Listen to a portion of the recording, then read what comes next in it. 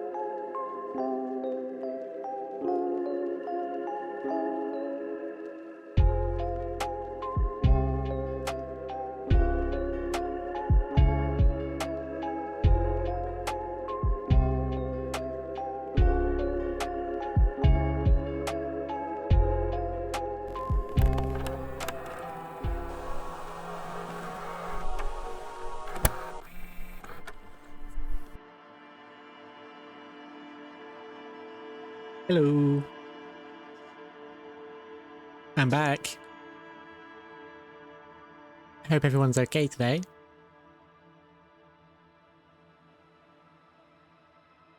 I'm really happy to be playing some more of this because I haven't played enough of it. And we've been making good progress. I'll admit I haven't got the last VOD uploaded yet, but I will. I will get that done at some point. I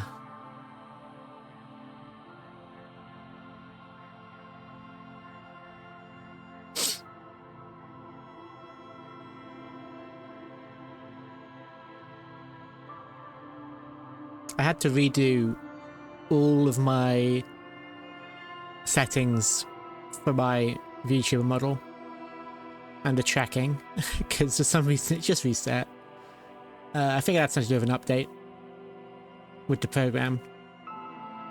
Well, that was fun.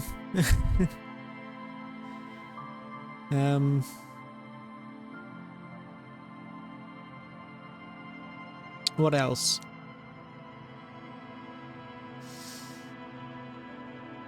No, that's kind of it for updates.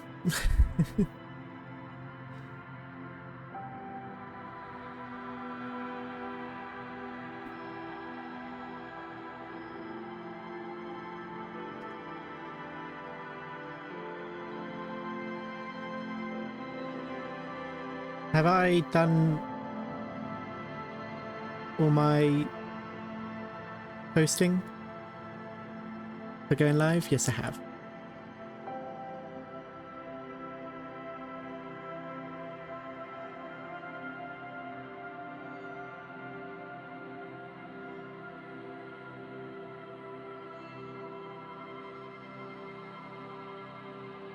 Okay. We're good to go.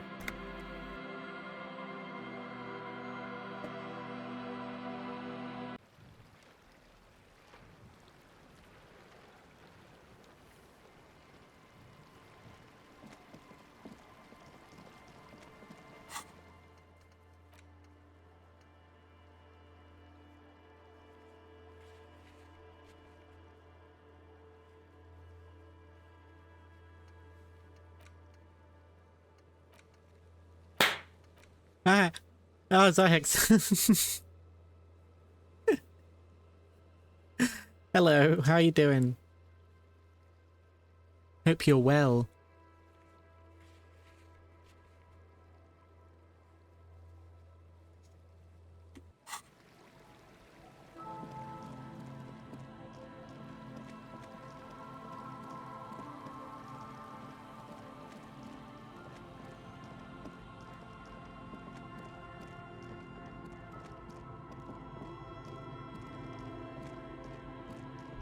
Ooh.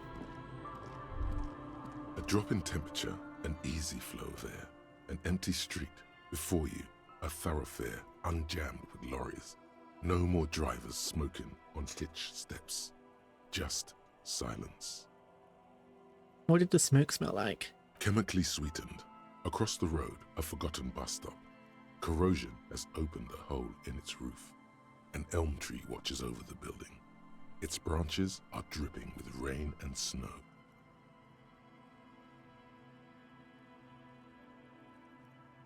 The road is smooth and motley, craters filled with a black asphalt. The asphalt, first laid, is grey already. A row of tenements are under construction in the distance. Shivers is just like the best voice, because they're so good at atmospheric, I don't know, building atmosphere.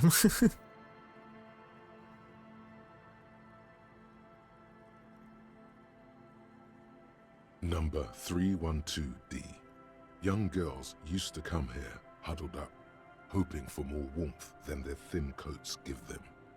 The bus took them to school. It has not run for 8 years.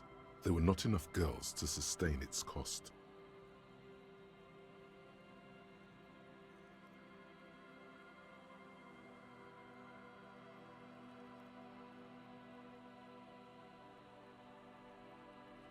Who are the people who live across the road? A tub warm with water, white with soap. A man bathes while radio waves transmit the lottery numbers. 4, 18, 21, 4, 1. A modern washing machine rattles a drawer full of silverware. What about the road? Craters pocked the surface. Children played in them until heavy trucks full of black pitch rolled in. The landowners have filled the craters with money. It is a vital artery of the flow of trade. There's one bump on the road. A dead dog lies flat about 200 paces away, right at the turn. A dead dog? No. Tragedy comes from the wheels of a fast RCM vehicle. It's not a fun way to start. The cold washes over you. The sound of the sea. 8 minutes in and dead dog. That's enough. The wind moves the aerosol. A detective stands behind the boom barrier. A breeze moves a curl of his hair.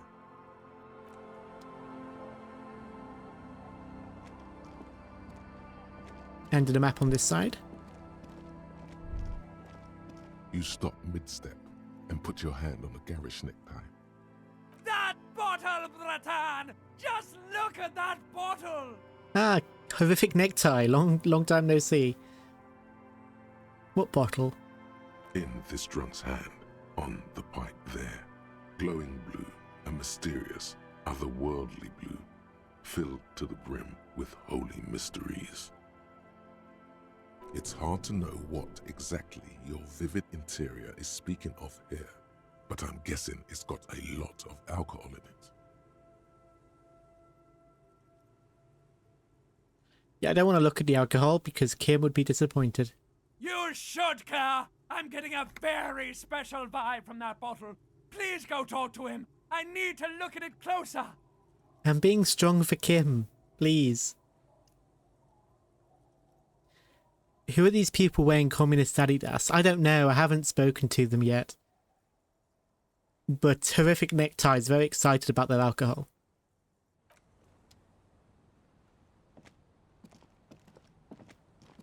Hey, Tequila!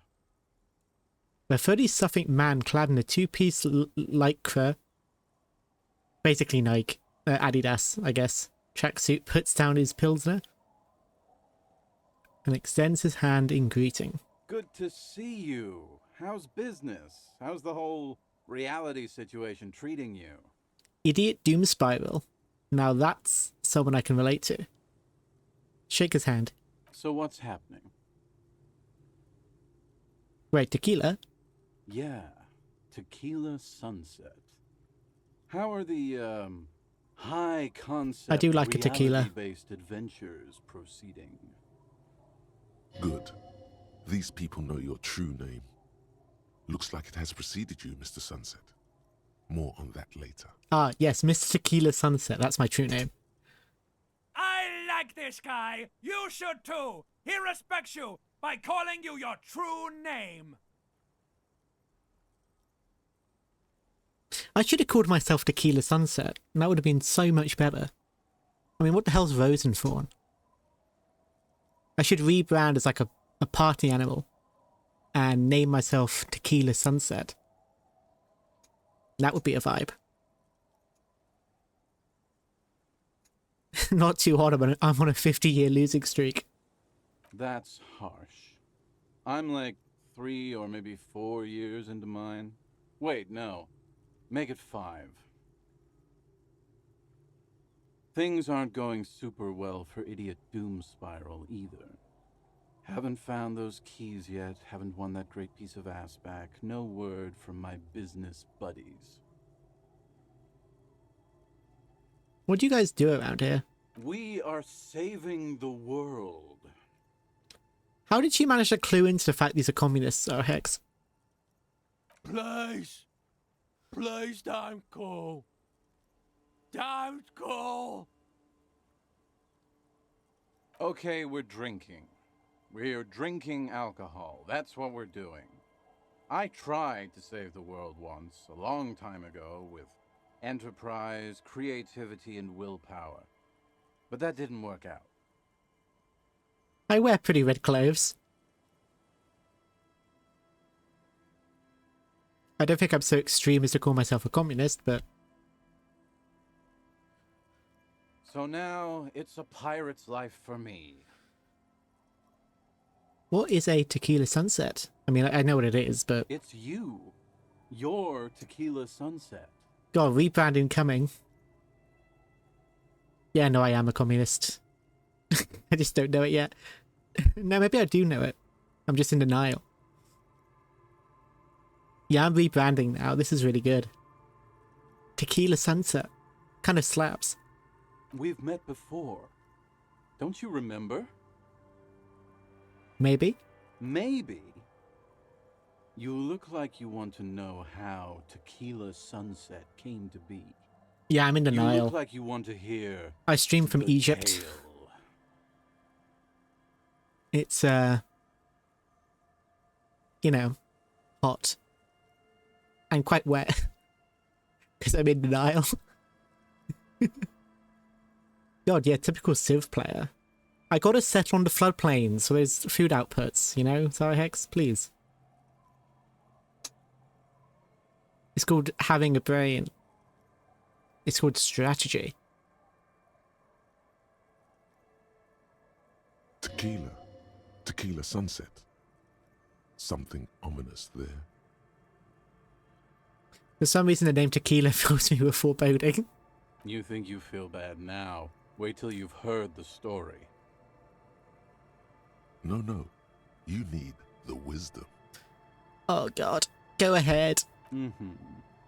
Let me take a sip to moisten up my cords. Tequila Sunset rolled into Martinez last Friday. Oh my God, we're And finally by getting Tequila lore as to what Sunset, happened. I mean you. The man, the myth. Was I alone? Hey, let's not jump ahead of ourselves. This is your story. Stop interrupting. I think everyone in this town knows me better than myself, Zarhex. I think we've already learnt that. You got here on Friday to solve Kim knows more about me than hoping to myself. be the early bird who gets the And he worm. just got here. And by the worm, I mean the buzz. Because as far as I know, all you did was get piss drunk. He's very eloquent for someone called Idiot Doom Spiral.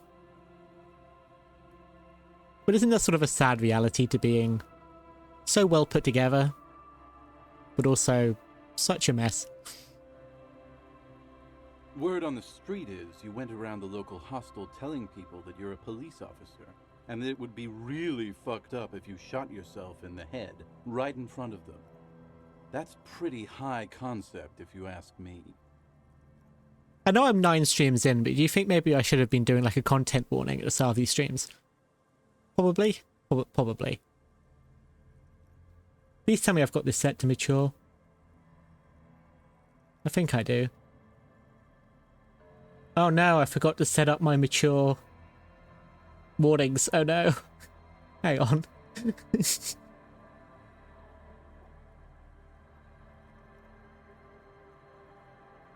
It's fine. It's they should pick up on it. It's Disco Elysium. Twitch should know by now. Does that sound like something you do? Yeah, probably. The lieutenant's brow is furrowed. He's listening as casually as he can. Oh no, Kim. Avert your eyes. Close your ears. What happened then? It was a late Saturday night when we, the Union of Moribund Alcoholics, were getting our drink on. Nothing remarkable about this. We get our drink on 24/7. Makes everything warm and glowy. I trust you know the feeling. God, I love this guy's voice. Oh, yes, you do, Bratushka. The only thing better than that is putting the pedal to the metal after you kiss the tie. And off we go. Like a necktie, dude. One moment we hear the sound of a motor carriage revving up somewhere on the plaza, followed by a series of dings and bangs. Do you remember the sound of wood cracking? The billboard? Naturally, loud noises pique the interest of anybody owning a pair of ears. That's just the reality we're in. Naturally. Anyway, there was a brief silence. A gasp of silence, if you will, followed by a real commotion. We heard the carriage careening towards the coast at top speed. Sounded like someone jumped the canal. We grabbed our brewskis and rushed to the jetty. Never underestimate the speed of an alcoholic. What we saw was a sight to behold. A beat-up police carriage containing you. Right there on the beach. You revved the engine and screamed at the top of your lungs. Actually, that never underestimate the speed of an alcoholic. Very true. I think I run faster when I'm drunk. The time hath come. Oh, of course I did. So, naturally, being the curious cat I am, I asked what time hath come. To which you replied, Disco time? the time hath come for Tequila sunset, the end of all things. Oh, Harry.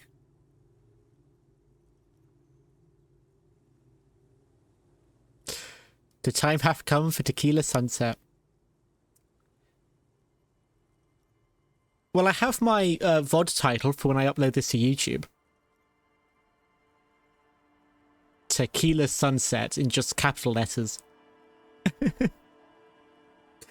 Sometimes I have a hard time picking a name, but this one's sorted.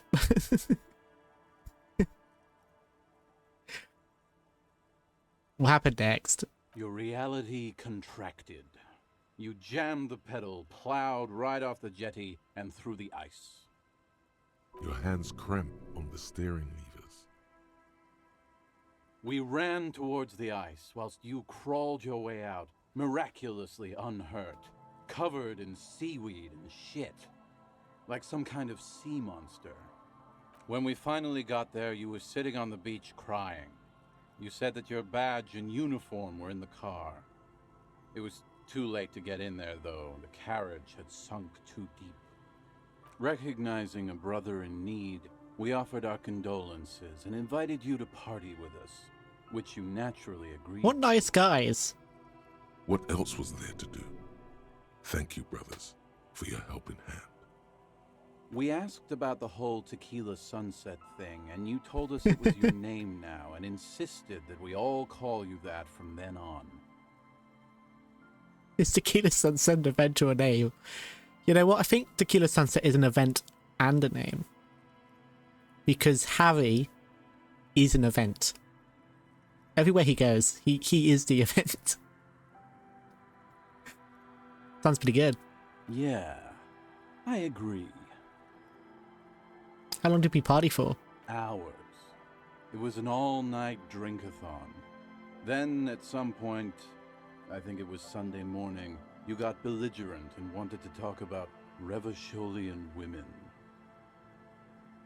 Harry is the whole concert down to the bathroom. Oh god. Not concert bathrooms, please. How they're beautiful and also whores and so on. Oh no, Harry. How one of them fucked you real bad. After a short while, you crossed the event horizon, looked sullen, got up, and left. Oh, without Harry, you saying went from anything. cool in a sad and depressing way to just fucked up. Not cool. Wow, that's quite a story.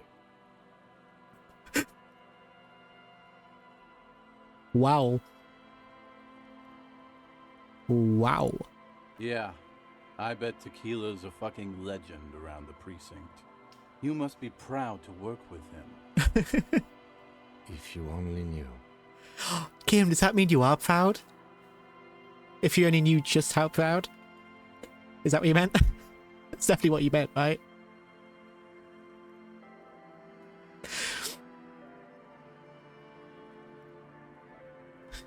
Did I tell you anything specific about this person that fucked me? You were pretty vague about it, but you kept saying you got fucked real hard, and that we've all been fucked too. Please, don't open that door. Oh no. No one's fucked me. I do the fucking around here. I don't want to hear that coming from that face. Abigail. It seemed pretty painful, to be honest with you. If I had to guess, I'd say you're still working through some shit. Did I make you losing anything else? Beside your gun and your badge, you said something about your hope or heart or something. To be honest, I only just the noticed this, details dude. are a little hazy. In retrospect, I guess you lost your motor carriage. Chilling in a too. pipe. That's a big one. Did I say anything about my colleagues? You told us that they were a bunch of fucking losers whose main interest was cramping your style. It's more like you were cramping theirs. No specifics, though. It was more about you that night. You were the star of the show. Did I say anything about the case? Yeah, you said it was no biggie and that you'd solve it in no time. And that you didn't need anyone to do it. You're doing it solo now.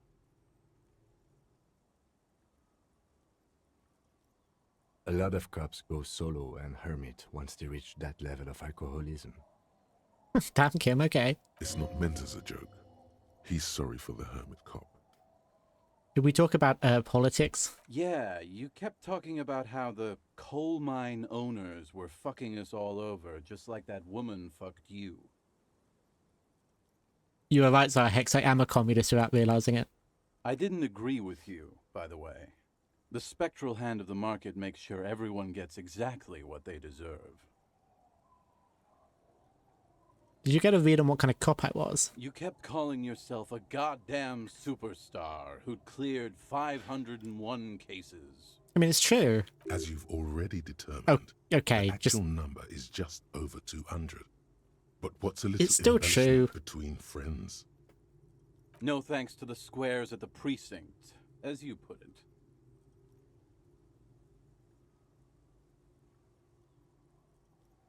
It's a hard thing for a man to confront his past. That's why I avoid mine at all costs. You seem like you're characterized by your storytelling ability. Want to tell me another one sometime? Whoop-de-doo. So now I'm a fucking storyteller. Right. Why not? Better than a beach bum. Do you want to tell me how you became Idiot Doom Spiral? It depends, really. Are you willing to help me out? The rest were extra official cases, a couple of beer cases too.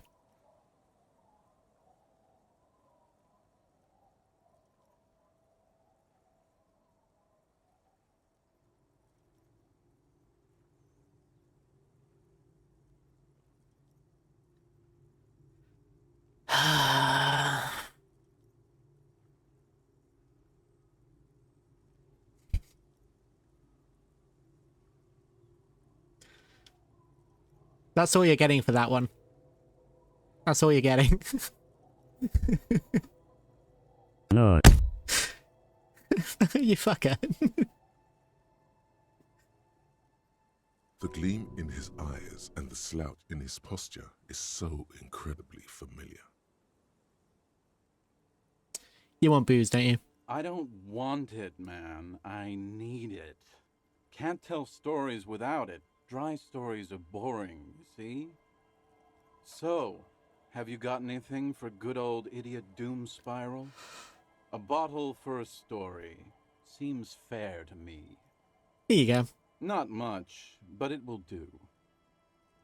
He grabs the bottle from you, your hand and uncorks it immediately. Hey, Spiral Boy, you gonna share that? Don't call Abigail! Shut up, guys. I'm telling a story here. Something happened to you. Something happened to the lighting there. Something happened to me, too. My actual name is George, but around here, you already know. I was once a reasonably high net worth individual, a founder / junior partner at a high concept creative services agency. When my story begins, I had just landed a major contract with an insurance firm. Go on. I used the profits from my agency to finance what I called a cultural incubator. Abstract value generation, value per person, high concept stuff. I developed the paradigm, worked within the paradigm, but the burden of leadership weighed heavily on me. So I went jogging every so often to keep myself sane. I think people who go jogging are the least sane people, actually. That's right. Getting a good run-in is important to maintaining your physical and mental health. Speaking of, when's the last time you did your laps, pork chop? Okay, physical instruments calling me out for that one. Okay, fine, I don't go jogging nearly enough. Or at all. Ever. And I should. Did the jogging help? It did. With my trusty Sansarique tracksuit, I felt like I could conquer the world. But now dreams are worn thin, much like my tracksuit. One day I left on my evening run. As you may know, it's impossible to clear your head when you're distracted by the sound of keys jangling in your pockets. The only thing Harry has been jogging is his memory at the moment.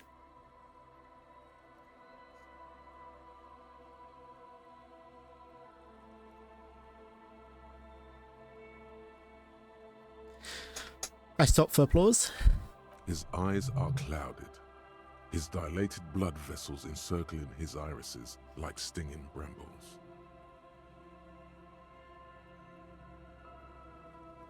So I removed. It's fine, I have enough laughter for myself. To the front gate in the apartment into different pockets to stop the jangling, you see. At least, that was the plan. I was halfway done with my usual lap when it started to rain. The reality situation became very wet, very quickly.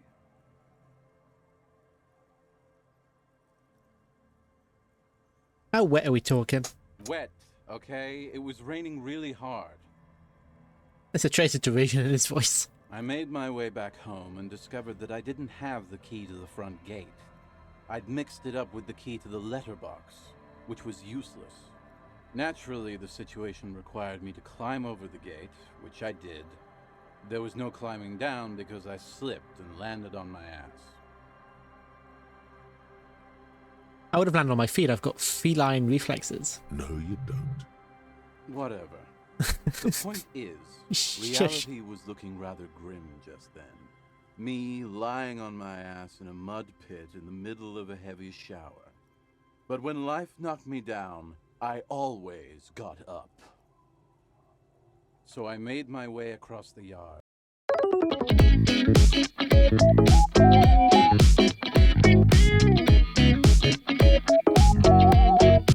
Whatever. So I made my way across the yard. Standing in front of my apartment door, fumbling with my pockets, I realized My that I'd Wumpty also Dumpty forgotten Dom my Center is apartment complete, key. Hex. You heard me. My Wumpty Dumpty Dom Center. Obviously. I wish I were Tequila. I wish I were. Instead of my apartment key, I'd taken the key to the office. Okay, so what happened next? I rang my neighbor's buzzers. I don't have the creative It was late, capacity to most make of up them didn't Wumpty even Dumpty answer. Dom Those Centers who at did Hex, although I'm assumed I was glad you trying think I to might sell have. them something and hung up before I could even explain the situation. People are naturally wary of ad men, you see. I wish I One was that moment funny. Someone chats you up. 5 minutes later, you've bought a box of edible lingerie and a strap-on. I don't begrudge them, especially since I was known to be one of the best. Heavy is the head that wears the crown. Like calling yourself a lousy Dom.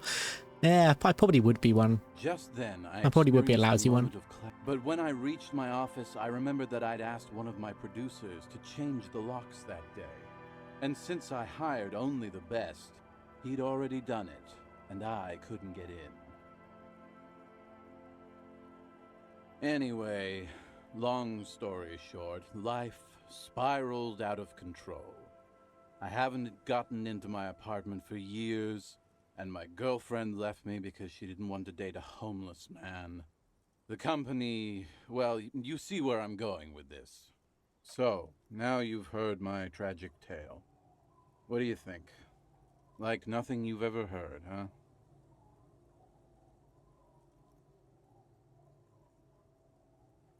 I thought there were some steps missing. Tequila, I've thought about this series of events for a long time. If there was anything else to it, I would have thought of it by now. Why didn't you go to the authorities? Well, at one point they came to me, but, you know, I didn't have any ID on me, so they tossed me in jail for 2 days.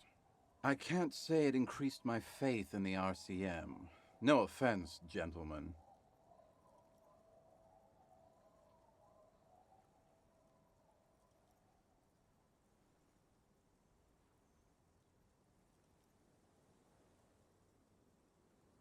I literally can't believe it. Me neither, Tequila. When I lost my keys, I lost more than access to my apartment. I also lost my leverage over humanity. I wasn't a high-concept creative director anymore. I was just some homeless asshole with a premium Sansorique Lycra tracksuit.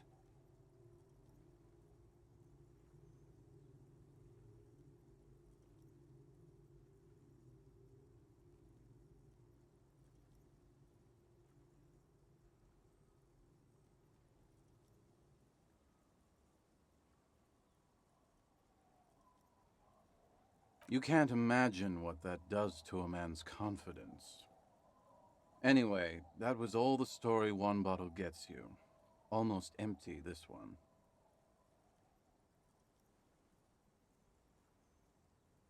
Why'd you keep losing all your stuff? Good fucking question, Tequila. If I knew the answer, you think I'd be hanging out on a beach in this formerly premium but now extremely dirty two-piece Lycra tracksuit? Maybe. I used to own my reality situation. My business buddies and I had our own creative services agency. I had a nice apartment, an even nicer piece of ass. But somehow it all got away from me. His own ass, or is he talking about the woman? Now I can't hang on to anything. Just last week I stole this nice new jacket, but then I lost it too. The only things I haven't lost are these two drunks. You of all people should empathize with this. Perhaps this lost jacket is something you could help with? What's up with what's this about a lost jacket? Tequila, it's a verifiable tragedy. It was practically brand new. Sure, it didn't really go with my lycra threads, but it did itch a lot less. Say, you're a detective, right?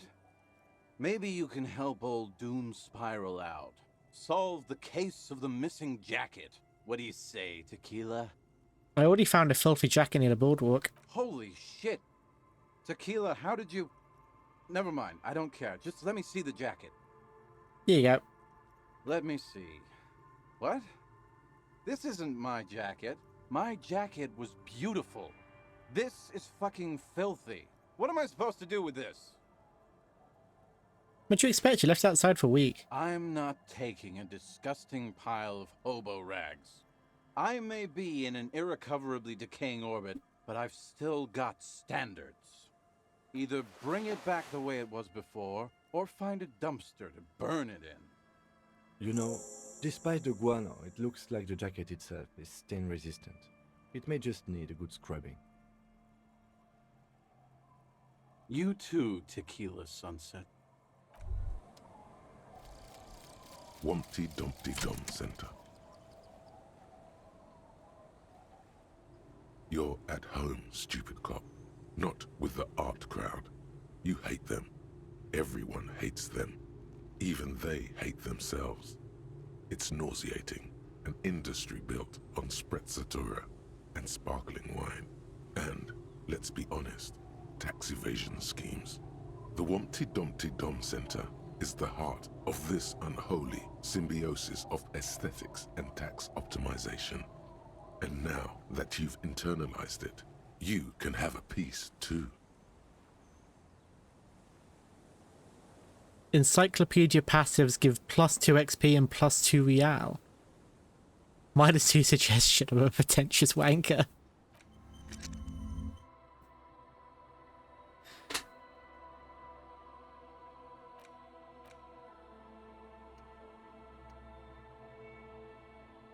What are encyclopedia passives, though?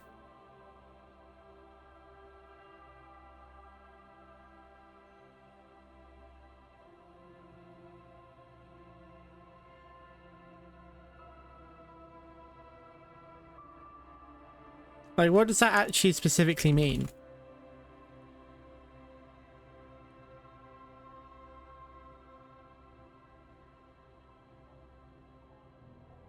Oh, right, it's the ones where I don't, like, click on...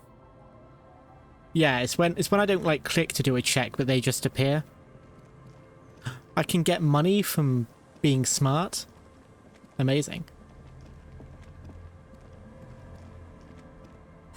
Have I got, like... I know I've got the encyclopedia glasses somewhere, I think.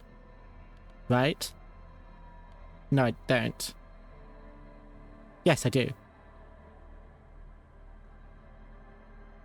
+2 encyclopedia. Cool. Have I got anything else that's encyclopedia? Gotta max out that money making.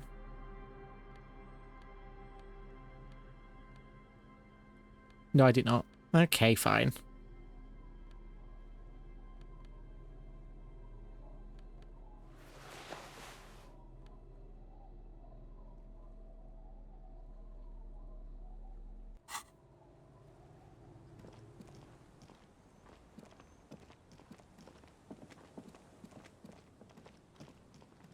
I've gone full hipster.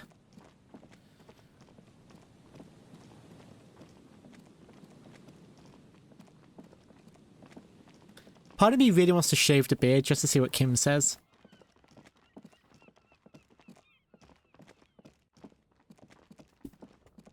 Maybe he'll like it.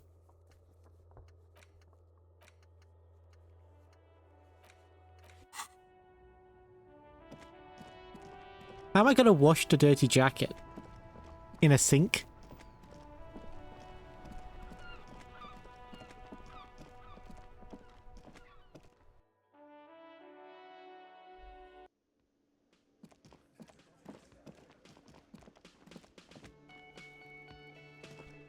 What's this?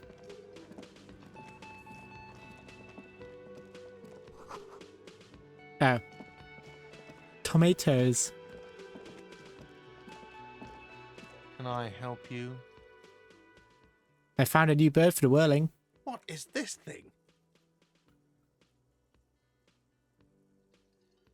I wanted to apologize for breaking the great skewer by bringing you this ruffed grouse. Okay. Okay, well, this is actually a nice bird. A competent piece of taxidermy. I can fix it to the plaque and have a new bird in the establishment, I guess? So, I don't know. Thank you. I'm gonna go with thank you. People just don't know how to accept gifts, especially taxidermy. He likes it. He likes the bird. It solves his broken bird problem. I like empathy. I feel good about It's a our useful work one. here today. It's all about the little things, like bringing people random stuffed animals. Oh, I've made Kim happy too. Another thing. Great. I love those. Now to ruin his day, I may have discovered that the whirling is part of the doomed commercial area. What? Why would you say that? We're at a completely different address from that whole thing.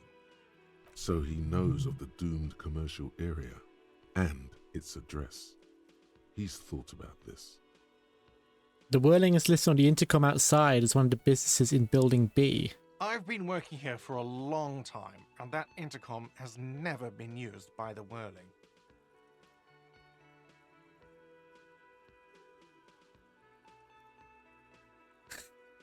You had to soften him up to make the blow land harder. Yeah, that's how I work.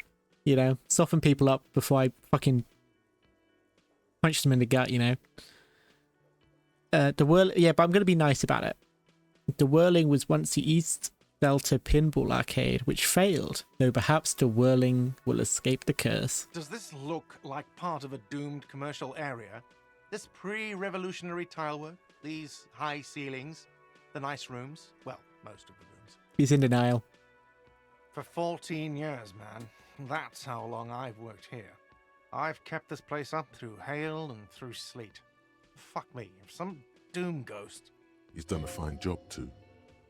Though he's spoken of the place dismissively before, the hostel is actually very important to him. You really care about the whirling, huh? Yeah, it's slowly growing on me again. It's beautiful in its own way, especially for this neighborhood.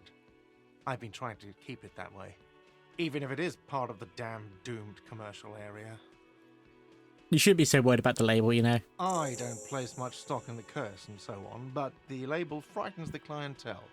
Who wants to stay at a doomed hostel? Everything's doomed enough without that.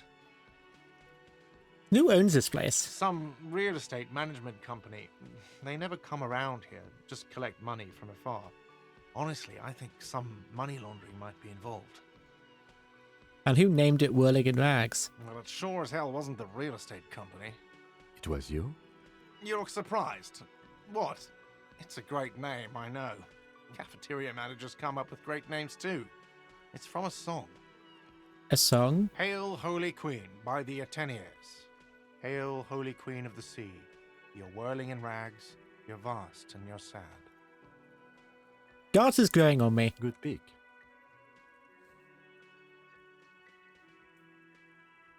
What about those other cafeterias you manage? What about them? One is a basement dive frequented by chain-smoking communists. I can't tell you how sick I am of Kraz Mazov and Ignis Nielsen and all those old ghosts. He's hesitating, not sure if he should share this information with you. Encourage him. And the others? The other is a kebab cart. It's very successful in its way, but it's nothing like the whirling.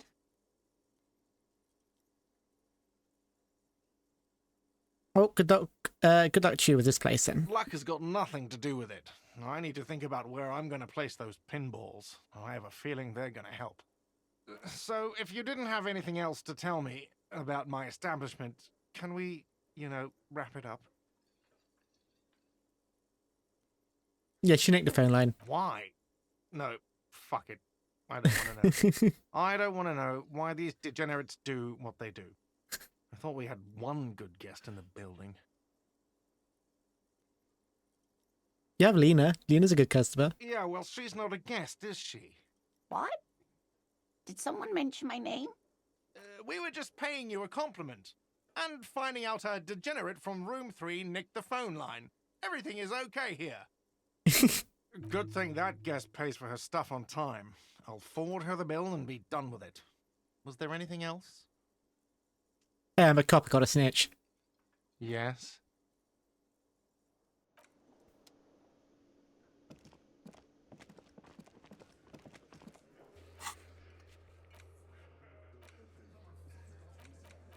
Oh yeah, I should probably speak to Lena.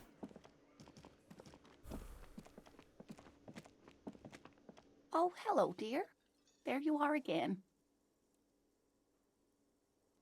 I ran into your husband on the coast. Goodness, how is he? Did he say why he hasn't returned yet? The old woman clasps her hands together over her blanket. He's fine, ma'am. As we had suspected, he couldn't get back earlier because the water lock on the canal was broken. Now he's just finishing up some work. Oh, yes. That's my Morel. He's bound to catch a cold staying out there for so long. But I am so relieved to hear that he's okay. Thank you for putting an old woman's heart at ease, if even a little. You haven't, however. There are dangers out there. Our aging body's foul. Her heart won't rest until Morel is safely back with her. You never told me you've seen the Phasmid. Oh, you don't want to hear about some old woman's ramblings. No, I want to know. Reflexively, the lieutenant read his familiar notebook. Well, it was summer. I was building a racing track out of sand on the beach near a tall stand of reeds. Quite a tall one. Many times my height, I remember. When, all of a sudden...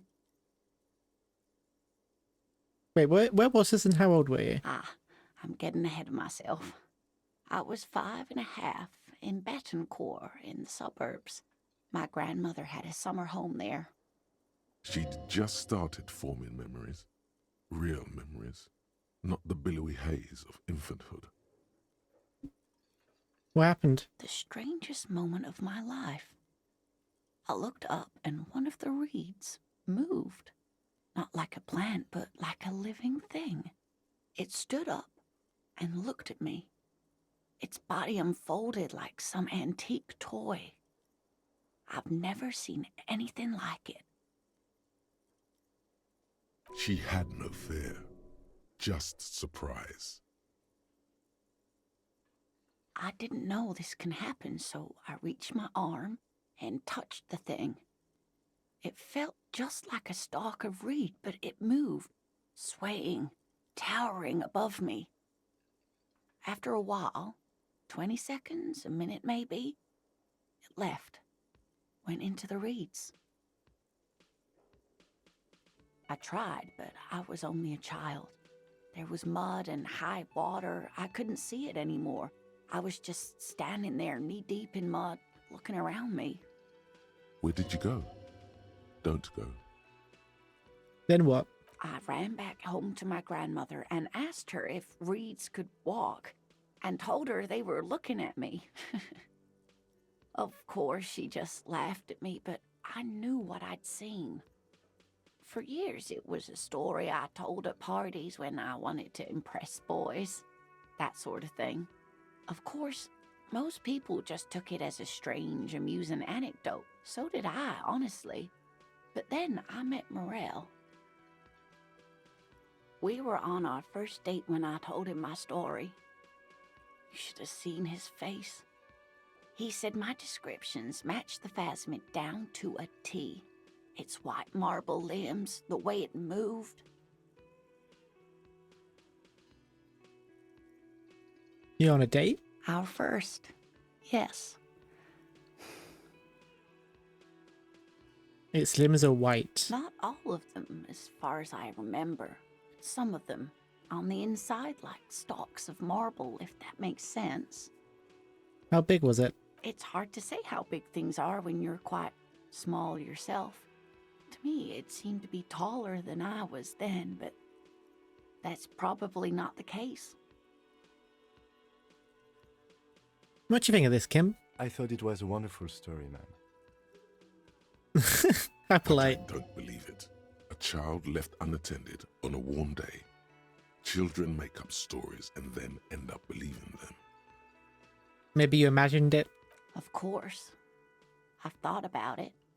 But Morel says my report matches with the others. And I'm sure I hadn't heard of the Phasmid as a child. Nor had my mother or my grandmother. So how did I know what to imagine? It was only when I started telling my story as a teenager that boys would tell me, "Lena, you trying to tell us you saw the Insulindian Phasmid out there in those reeds? Get out of here." They just give me a cider and ruffle my hair and tell me to stop dreaming, but I saw it. You're welcome, sweetie. I do appreciate the chance to relive it whenever I get one. It was just... And she could get up and walk right into the reeds on her own, into the mud, anywhere.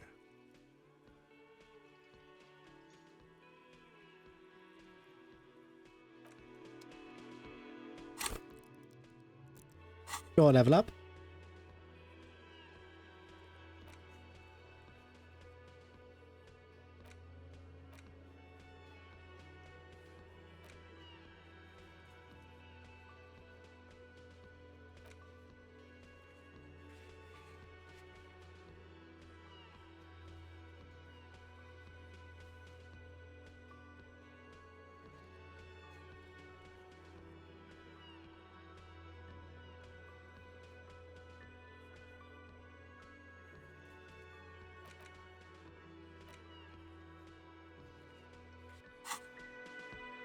Let's go check all these traps so that Morel can get home.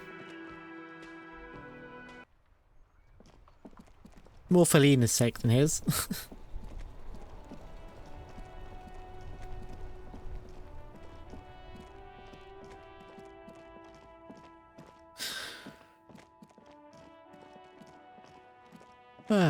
Said there's a trap by the canal, right?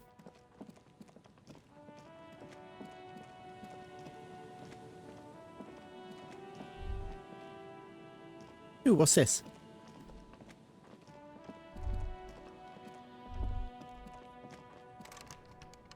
I guess I've looked in there at some point. It's been a while.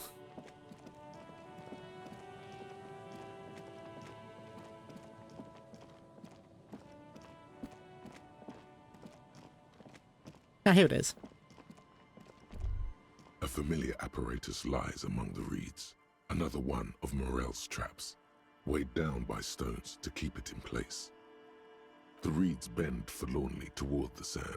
Some tufts have been crushed. Snow covers the broken stalks like a shroud. In the east, the city center hums to you. The constant, distant song, louder on this part of the coast, nearer somehow. And there's that cold again, always the cold. This trap is also full of panicked locusts. No sign of any cryptozoological beast inside. Another empty trap.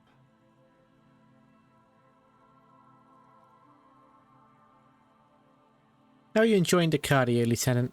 Always up for a good jog. Otherwise, would I still be on this case with you?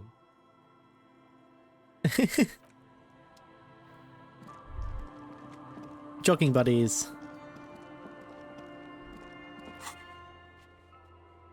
Land's End, far northeast.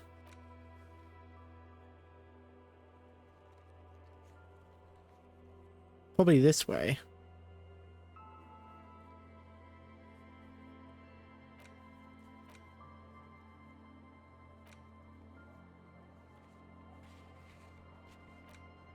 Oh, I need to go back to the camp because he wants me to check the one he just set up. Ooh. More stuff.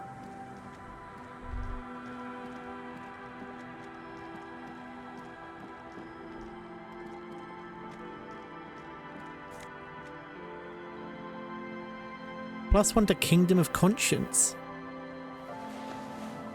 Huh?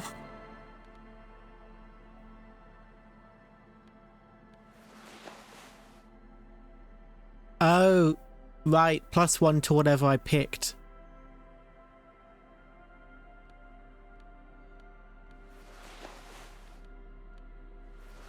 Right? Is that what that means?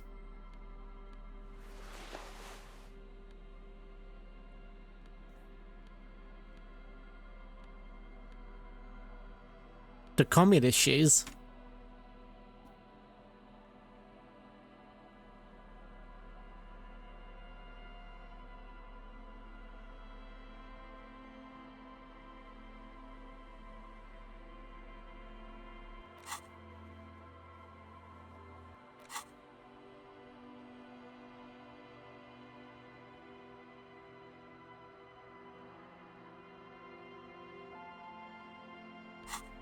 I feel like I should know what Kingdom of Conscience is.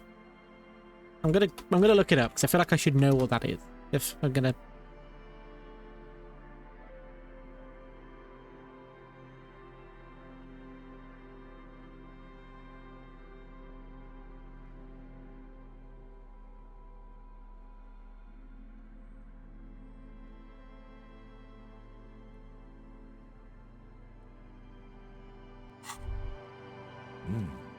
These are some wonderful Oh, I regular see. pants.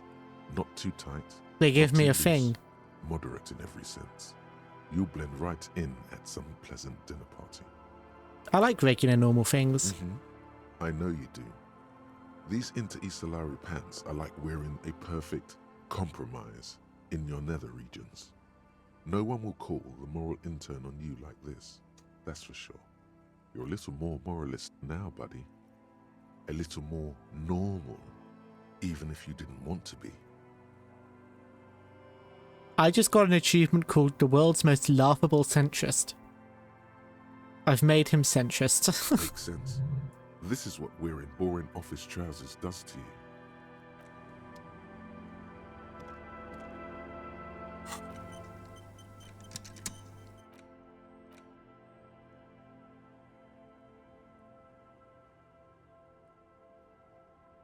Yeah, look, Kingdom of Conscience is right there.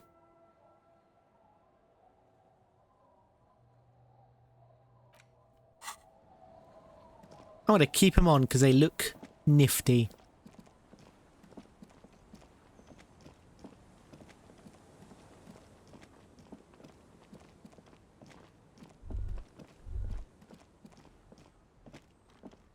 Ooh, money.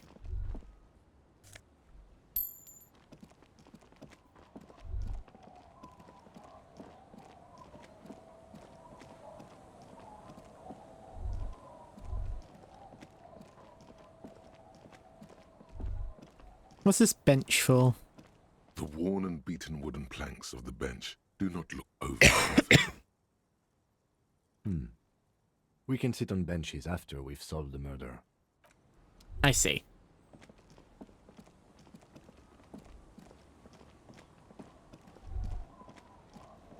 Don't worry, Zyhex, I still appear to be a communist. I don't think the trousers actually did anything.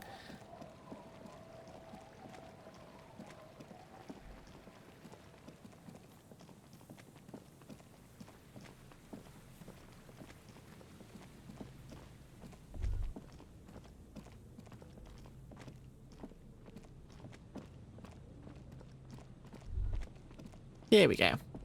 This is the trap Morel just set. Checking it over, he said, is just a technicality. But the reeds by the abandoned campsite sway and tremble while the snow falls all around. The later it gets, the colder. Remnants of the camp can still be seen in the sand. The fire that's gone out. You feel strange, somehow. Nothing but locusts in this trap as well. Definitely no cryptozoological monstrosity. Empty as all of them. One more of these and we're done. His face is red from the cold sea air. Oh no. One more time I must stress that I did not expect a cryptozoological monstrosity to be in this trap. Of course. Noted. He's blushing. Oh, I'm getting Kim all hot and sweaty.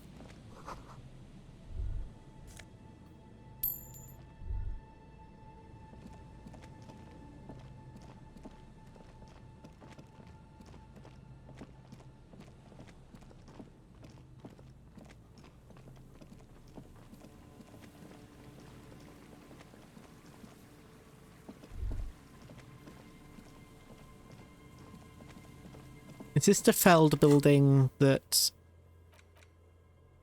Yeah, far northeast of the Feld building. So, this away.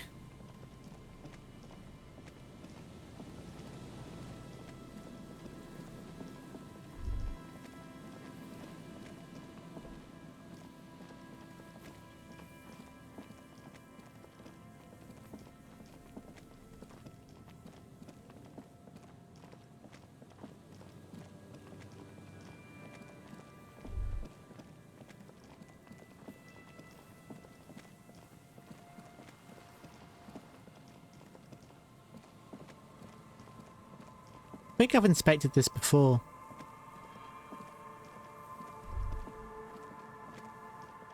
An old door, worn by elements, guards the depot. Yeah, I don't have the interfacing skill for that.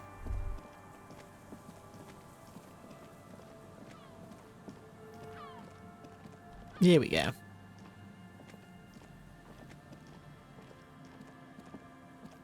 It takes you a moment, but finally you spot the last of Morel's traps. This one's partially obscured by the reeds.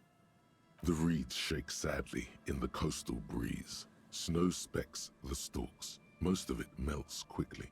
The reeds seem to be waiting for something. The wind picks up here, near the cape's end, surrounding the narrow strip of land from 3 cardinal directions. It's cold for this time of year. The trap feels light and silent as you pick it up. Something is different here. No locusts. Well, the bait worked on something. This doesn't mean it was a reed monster, though. Unless you see one in there.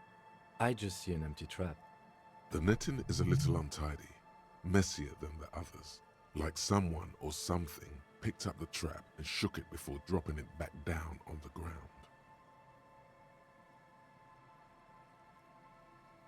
I do get the feeling that someone or something may have messed with the trap. Perhaps our cryptozoologists have competition in the form of an actual entomologist, or someone else is sabotaging them.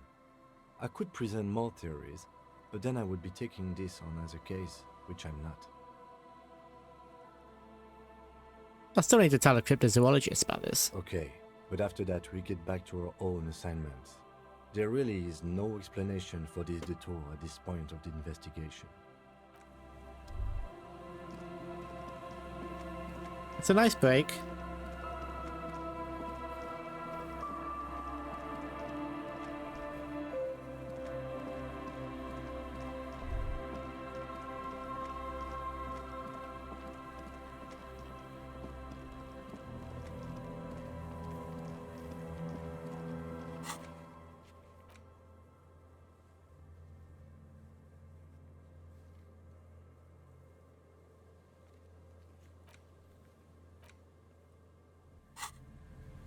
It appears I cannot fast travel right now. Can I only do it from the named areas, I guess?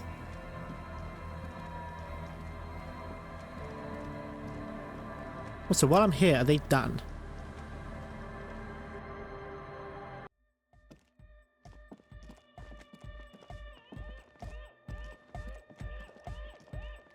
Yeah, it's all set up, man. Can you already imagine 1,000 people in here? 10,000! He waves his hands in an unbelievably lame, non-hardcore manner. Ecstatic vibrations, totally transcendent. And I've finished setting up the new compressor too. Now, the only thing left to do is the name of the club. Will you do the honours, detective?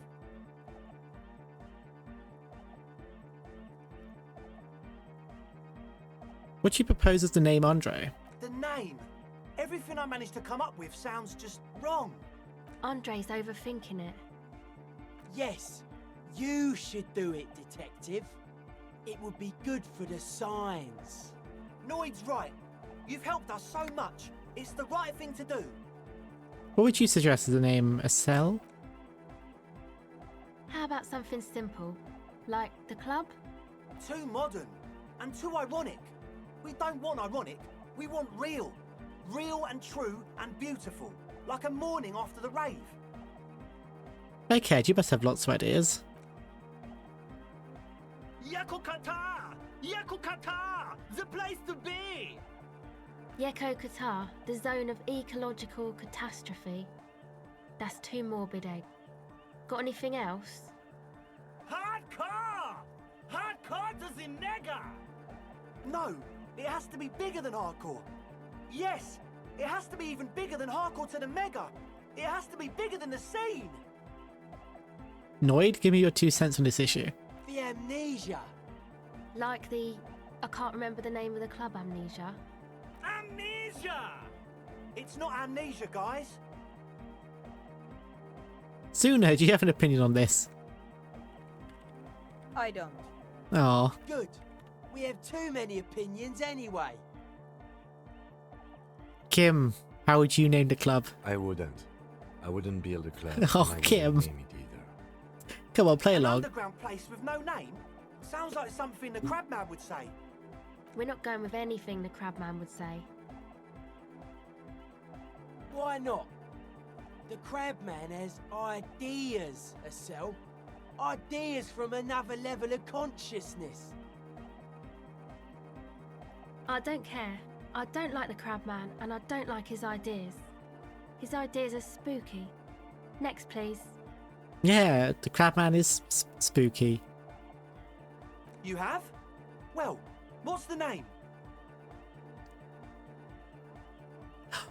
Title drop, roll credits, Disco Elysium. Like that DeLorean word for the world, you mean? Elysium. But Disco Elysium? Isn't it wacky? Disco's kind of gone, isn't it? Forgotten. The past is the future, but the future is dead. No, it's beautiful. Beautiful and brave. Like we want it to be. I feel like the writers were biased when they wrote this scene. The other option was the old name of the game. Oh, And short. interesting. And memorable.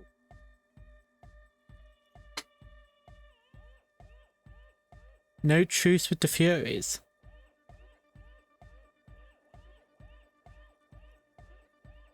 That is a interesting name for the game. It's settled then. Everyone welcome to Disco Elysium. Andre breaks into frenzied dance-like motion to celebrate the name. Someone turns up the beat. What are you doing? I'm dancing. He performs yet another strange pattern of moves, but it doesn't look very cool or modern. Honestly, it looks kind of lame. We should talk about it. We should talk about your so-called dancing. Yes, my man. He jumps up and down with glee, his moves punctuated by the stroboscopic flash of the club lights. Talk? What is there to talk about if you can express yourself with moves? Audio waves thump against your ribcage. The speaker setup makes everything sound much better. But there's a noticeable lack of something. I'm looking a bit choppy at the moment.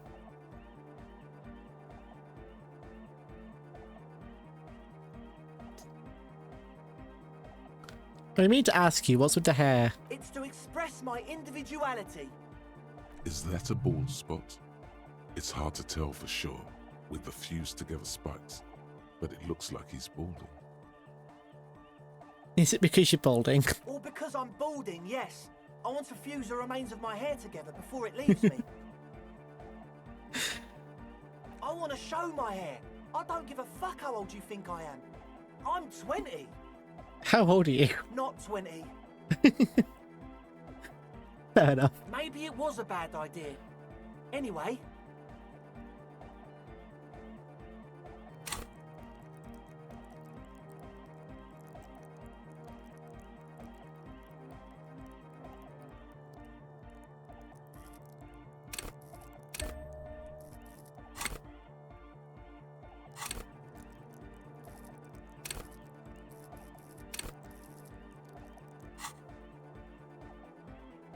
Nothing changed.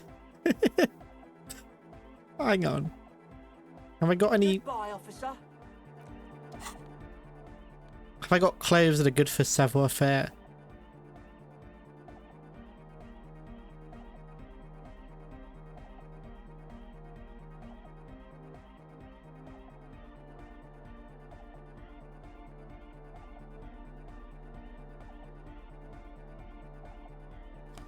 Yeah, put the shades on.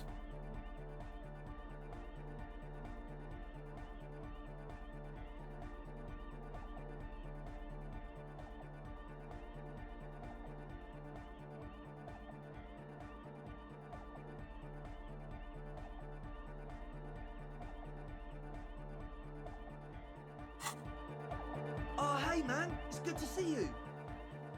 We fuck with 8%. You close your eyes and dream of the shape No, we your brain don't. should form to bring this strange music into life. For now, such ferocity of motion is beyond you. But just imagine the moves you could pull to this futuristic beat. Puts a grin on your face just to think about it. Even a failed attempt gets the juices flowing and repairs some of the damage done by battles lost. If you up the dose and truly dance, who knows what will happen? Salvation. Goodbye, officer.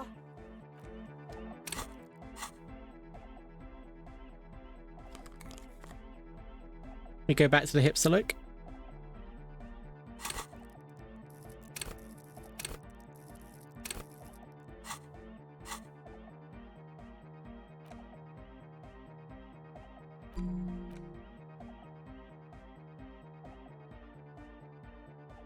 Don't know why I did that.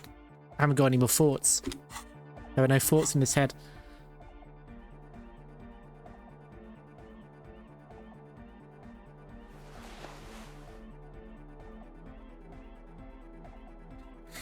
I gotta dance, let me take off the nerd glasses.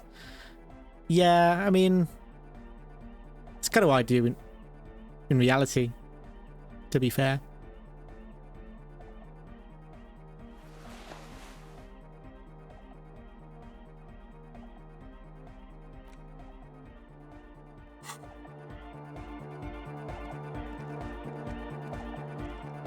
Welcome back. Sure. You helped us out. I can repay the favor. What do you want? Ah, she's a bit odd, I have to say. Doesn't talk much. I'm not really sure how to vibe with her, you know? Seems like she's not in a very good mood most of the time. But earlier today she told me about Welkins, and she seemed oddly happy, like she had some idea with those little creatures. Some artistic idea. I didn't really listen, I was busy with my mic. What do you think of the crab man? Oh, the crab man.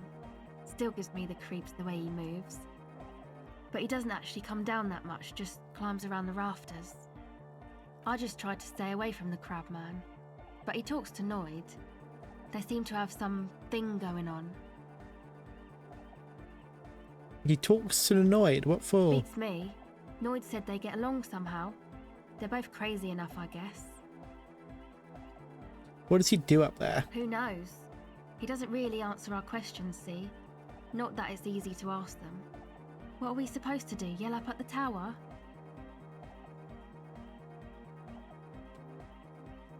Who do you want to know about? Andre. He's a cool guy. Doesn't really come off as one, but he is. To me, at least. She rubs her sides, but not from cold. Her shoulders are relaxed. She must have taken a hit, or she's on an upswing. He takes care of shit. Sorry. I mean, he's got a vision. For what life should be, you know? He tries to push things until everything falls into place. He's an organizer. What has he organised? Nothing. But then again, there's nothing to organise around here either. He really wants this church thing to work. Must have taken it as a sign when he found it abandoned like that. Said it was an augury. I don't know where he got that from. Andre's not super intelligent. I've never seen him so psyched about anything though. And he's often psyched.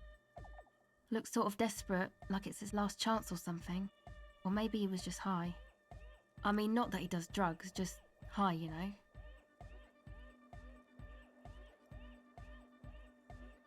On life? Yes. Anyway. Is Andre your boyfriend? Yes. Who do you want to know about? Tell me about Noid. He's a four-burger, I guess, like the rest of us. Okay, maybe not Egg, I don't know about him, but Noid and the rest are from Forburg, making the pilgrimage up north to visit the Elysium. He's real hardcore about the lifestyle. What does he do? What do you mean do? Like for a living? Yes. He's a carpenter, Ah. trained and all.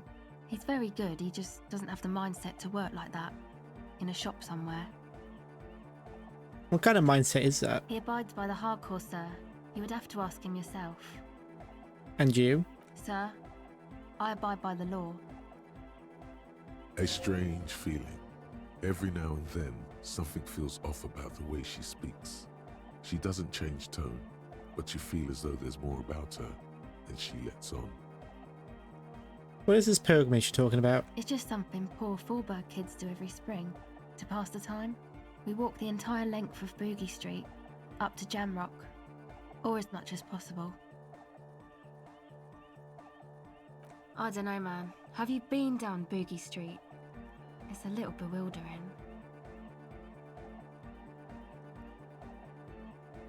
Let's say I haven't been down Boogie Street. Okay, then you should go and take a look, I guess. Boogie Street is cool.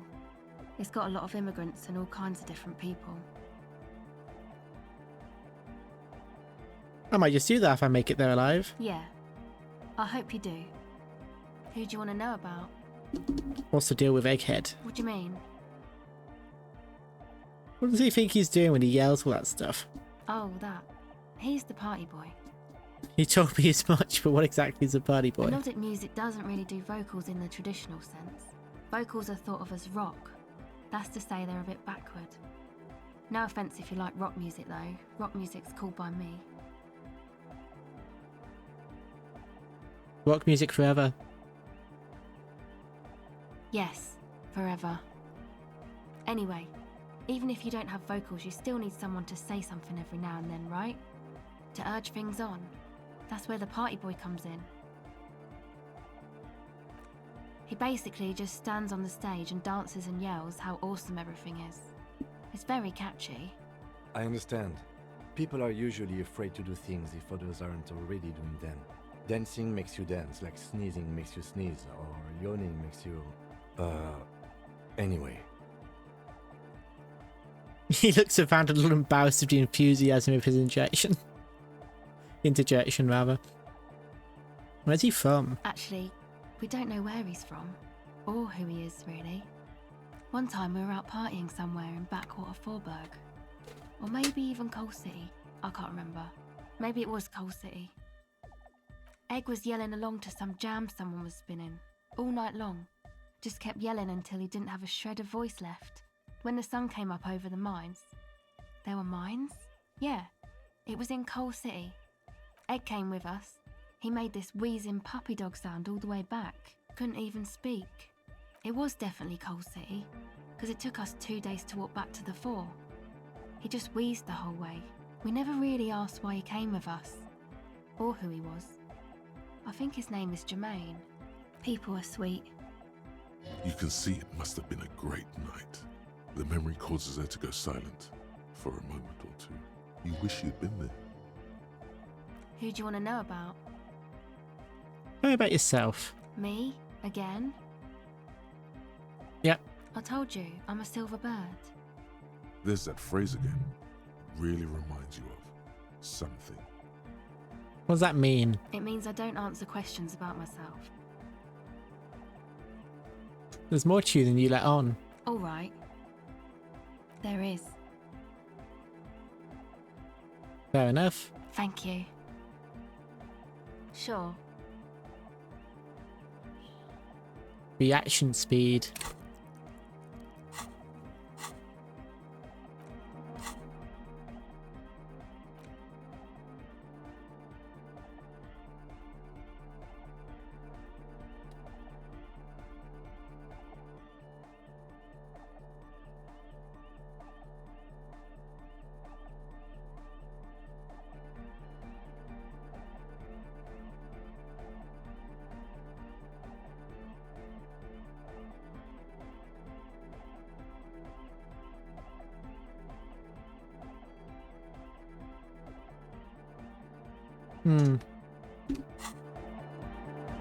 I'll be back.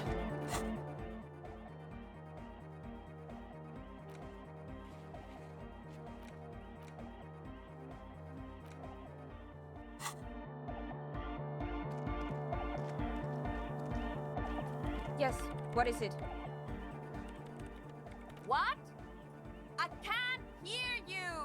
The music is too loud! The project, how is it going? Oh, the project! It's not going well! Why? There's that guy!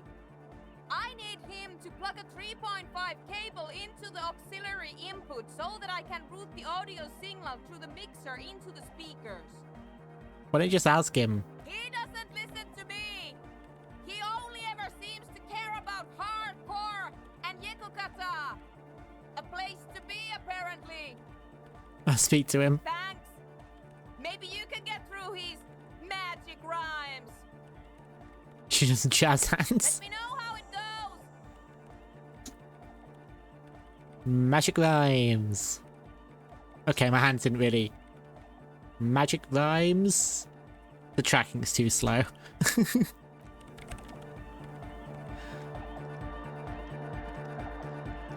DeLorean Church, the place to be! Make some noise, my church people! Large speakers are set up behind a young man blasting a familiar song. Vibrations thump through your blue soul.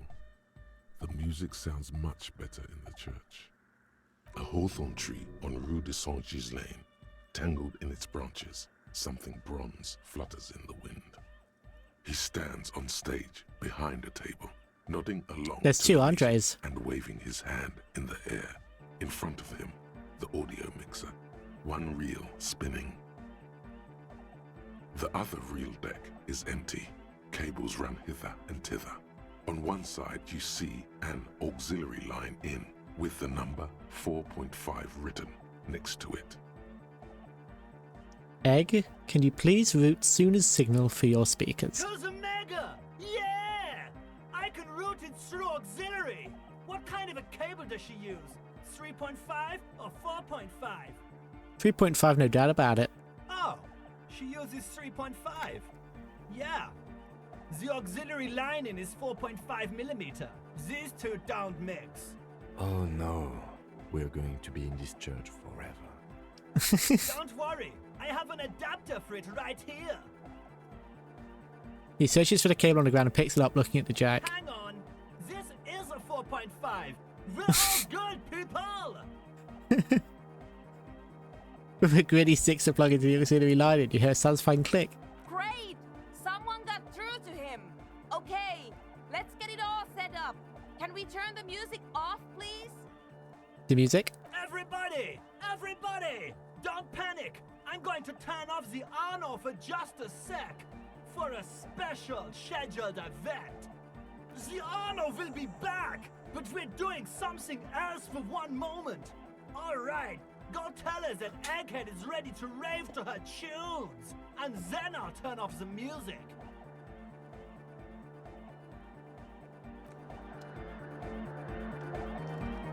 Okay, let's see what happens. Yes, what is it? You plugged in the cable, you can unmute your speakers. Okay, but think you can ask him to turn the volume down a bit? Just in case. Maximum! Maximum is the only way! His power is maximum. I know it is, but could you please turn it down just this instance? Just this one time? maximum is not the only way, okay? Pump it to the brick! Pump it to the hard master! There's no other way! Glue style! See? He pumps it to the hard master. It's hopeless. Why'd you, I think what Egghead is trying to say is that the volume button is stuck on maximum. Of course it is. Yeah! Permanent enlightenment! Ray of sound! Oh, Never dear. mind then. Let's get on with our project. I'm going to unmute the speakers on a count of 5. Everyone ready? Egghead pumps his hand up in the air, waiting for the beat to drop. We're all about to die. Born ready! Ready! I'm ready if you two are detectives. The lieutenant nods stoically. Suddenly, your palms are sweaty. The church seems cold and large. Somehow, there's tightness in your chest. Anxiety. Ready. 5, I'm listening. 4, 3, 2, 1. Mute disengage.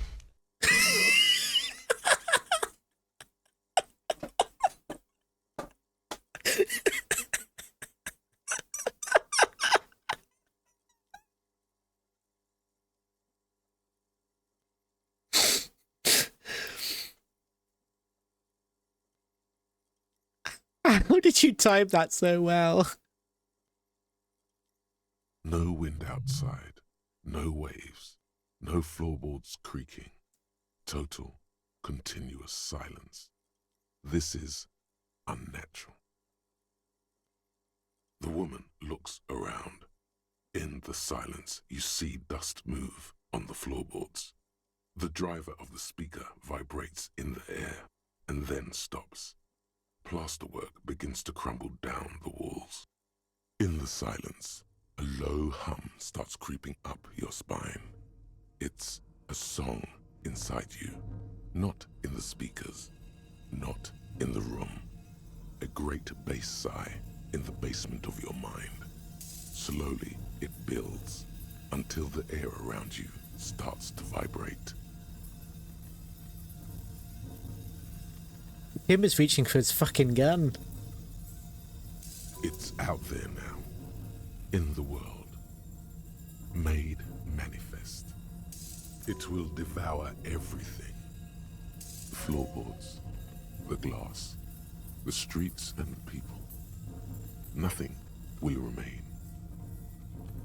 Guys, what's going on?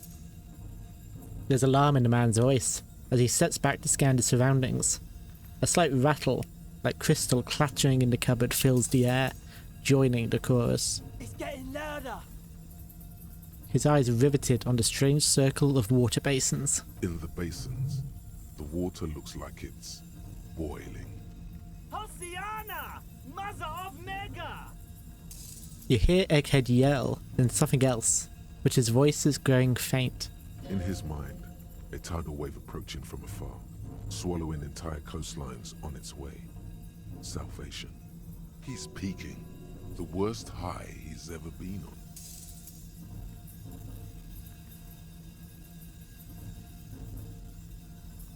And what's that weird rattling sound? The beauty and the beat!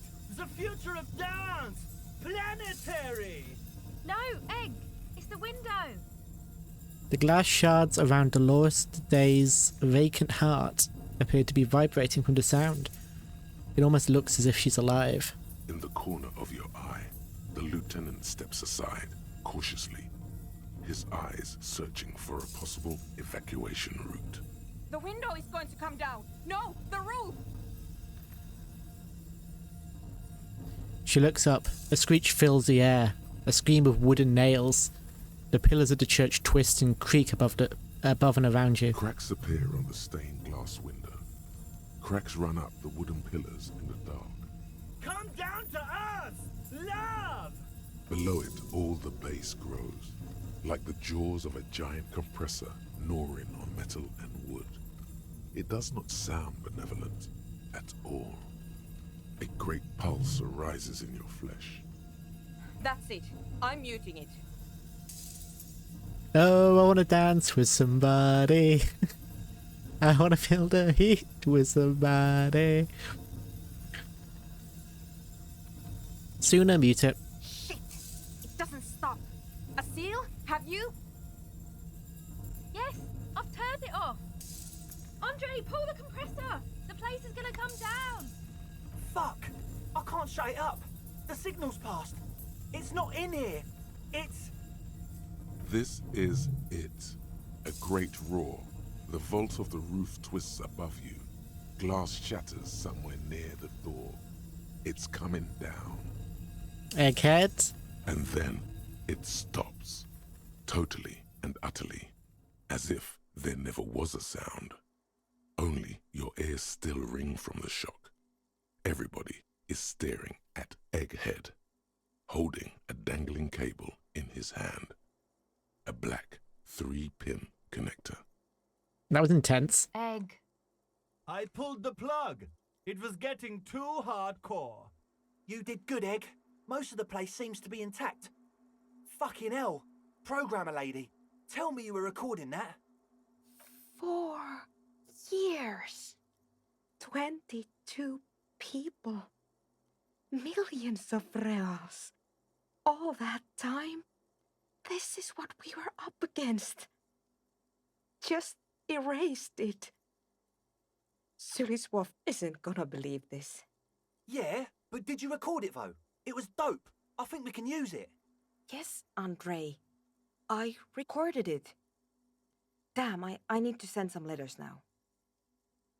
Thank you all for doing this. Eggman, you too. And you, officer. I don't know what we've discovered, but I know what it sounds like now. That's a start. Kim, did you hear that? It was very hard not to. I think you're right. There is something going on here. And you need to be very careful with it. I promise, officer. We will not play it again. I've never heard anything like that. It was mathematical information from the anomaly, presented as a waveform. That's what it was technically. Theoretically, I have no idea. I've never even heard of anything like this. A voice seems muffled in the silent church. It's your ears adjusting after the exposure.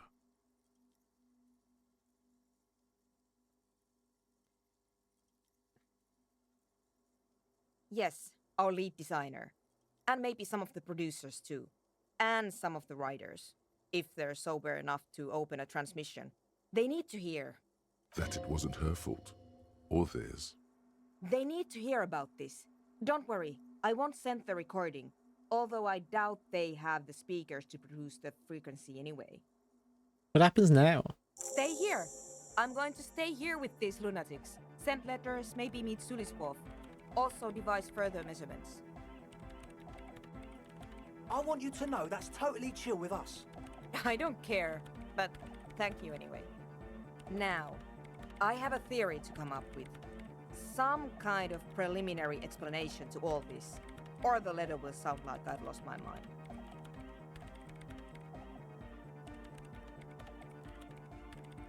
Yes, and we have to get back to stabilizing Martinez.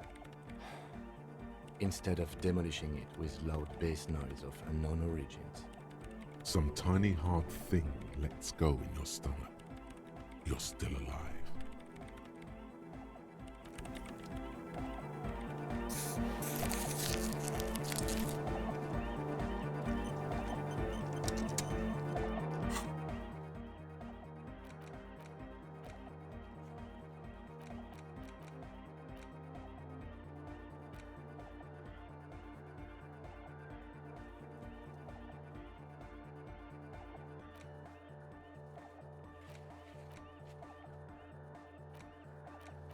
My tasks list is actually the smallest it's ever been, I think. But I'll tell you what I need. I need a stretch break and a drink. So, we're going to take a short break.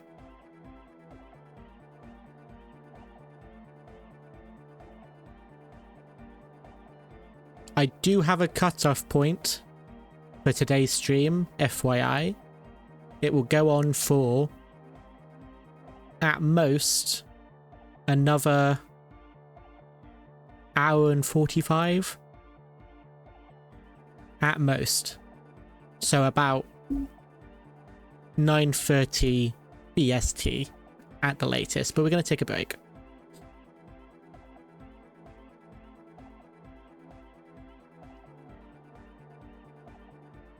Be right back.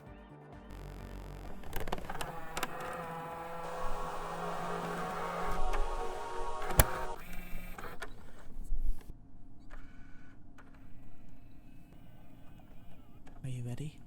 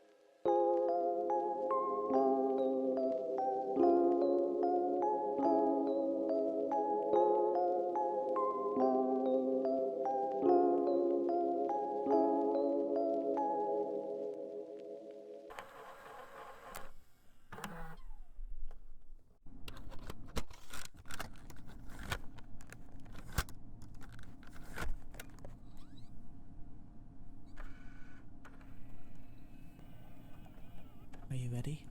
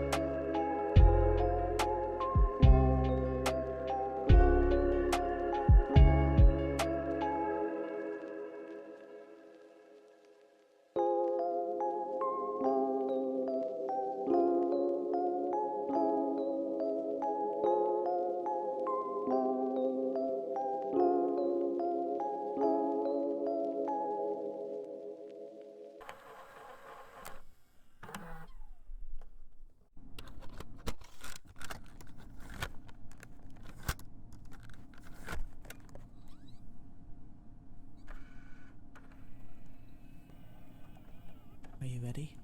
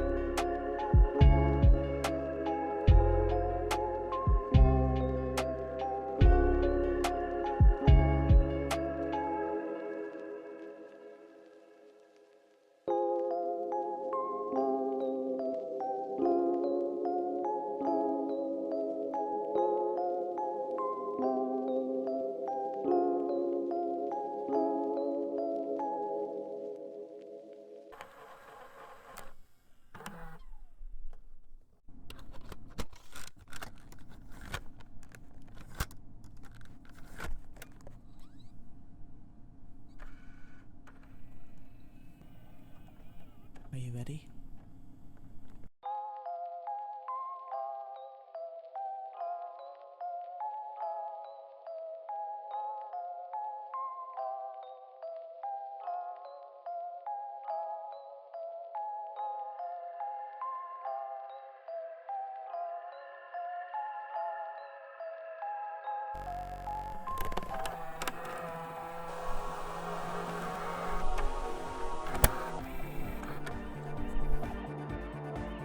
I'm back.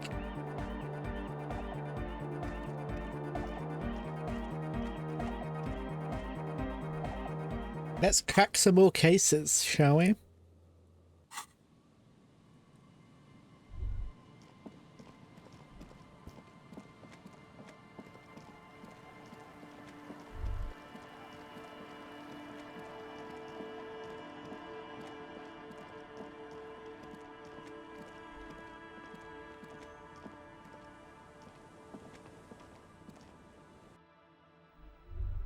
Right, I've been here.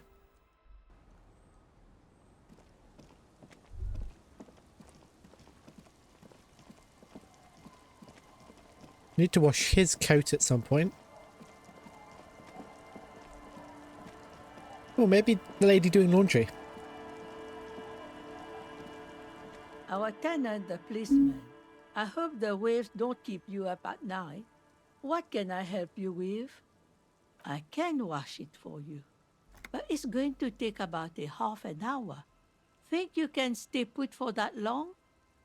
Hell yeah. No, we must run around ceaselessly. It would be torture to stay put. I could use a breather. It's been another track and field day. We'll wait. Well, hand it over then, and I'll see what I can do.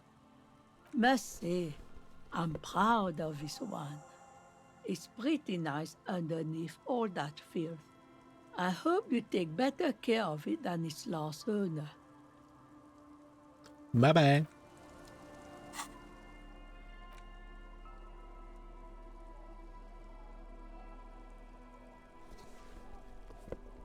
Not my vibe. Go take it back.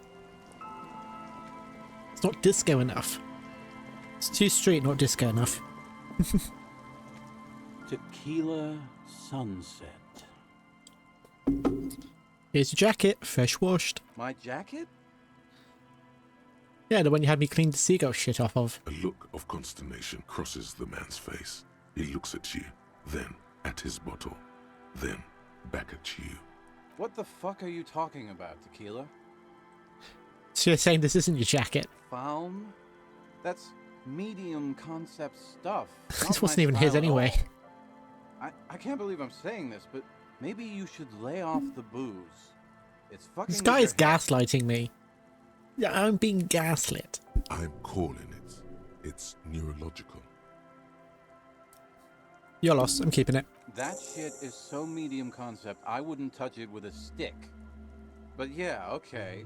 I'm sure it looks great on you. It's an okay jacket, if you are into that look.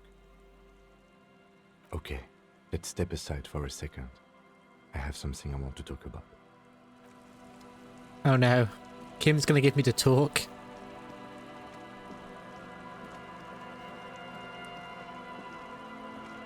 I've been meaning to have a little chat with you about your sense of style.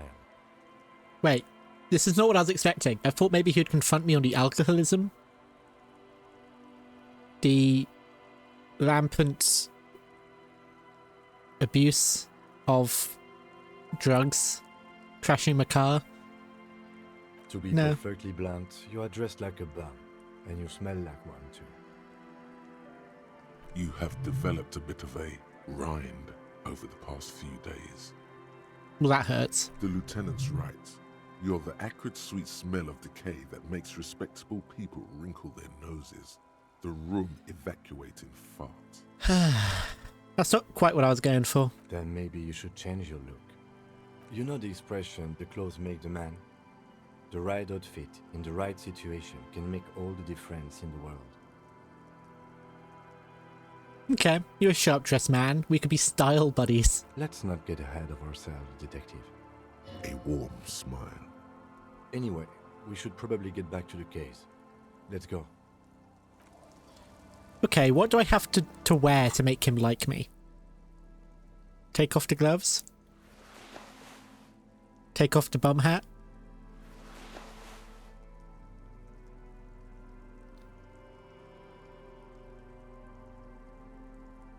I mean, is this not style? Is this not nice enough for him?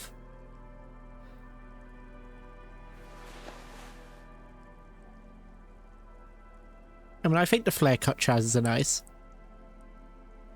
You know, they're stylish. Maybe he likes trench coats? No, surely he loves a man in uniform. Buttoned up shirt. Listen, now we're just playing. I don't care about the stats. I need to just impress Kim.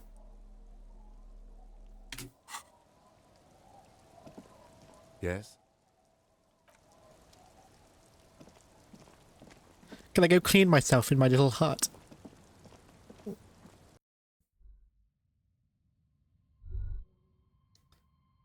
What's up here? Oh, he's gotta love this. Check this out. Ah. It's not as good as I thought it would be. I don't know. It ain't bad, you know. With the tie, though, it's terrible. Boom.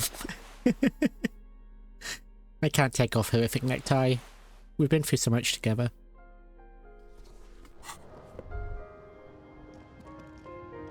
An old mirror hangs on the wall. You see the reflection of your face in it, adorned with the expression. On the table, you see a bowl of water, a rough soap, and next to it, a small hand mirror. A straight razor soaks inside the wash basin. I do this for him, okay? Your hand trembles as you scratch your cheek. Oh no, that's not how a grown man shaves. Thank God, I would have cut your throat. The centipede is exaggerating. People don't actually cut their own throats when they're shaving. At least, not accidentally. The lack of hand-eye coordination has saved you, Beard.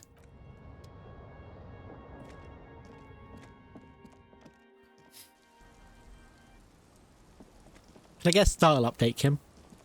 Yes? No? Okay. Listen, if I change my style, there better be some positive feedback, or I'm gonna be upset.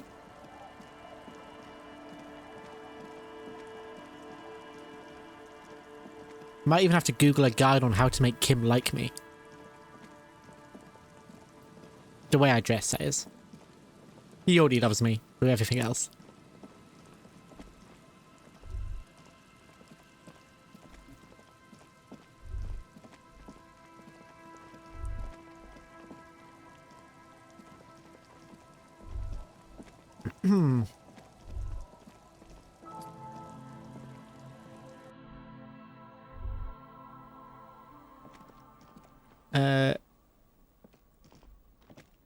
Random bed chair hut. Been here.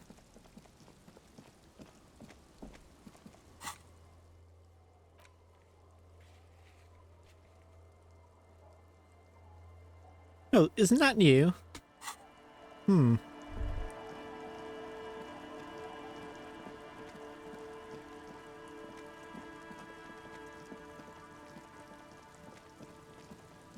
mean, he's not new. The shopkeeper isn't, but... Why is it highlighting him? Did I say something new to him about my style, maybe?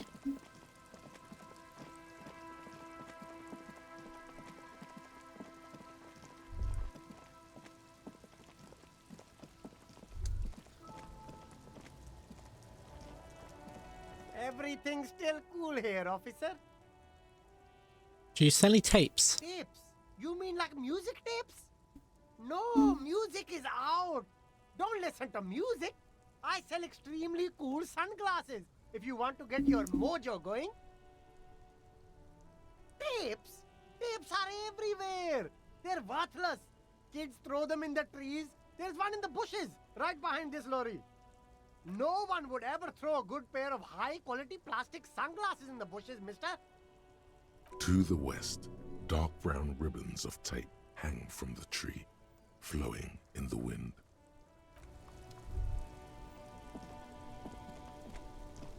You keep coming back. That's good, officer. Keep browsing those clothes. Keep saving that economy.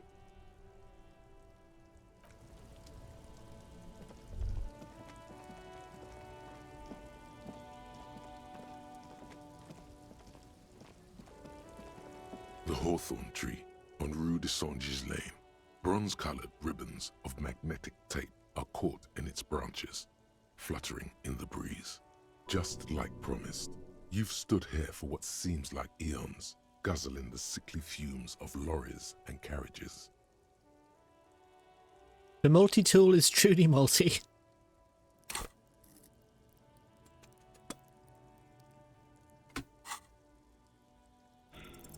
Like an immaculate labyrinth. Oh dear. The magnetic tape twists and turns around the branches. You just can't get it loose. All you've done is make your fingers bleed from the thorns. I want that tape.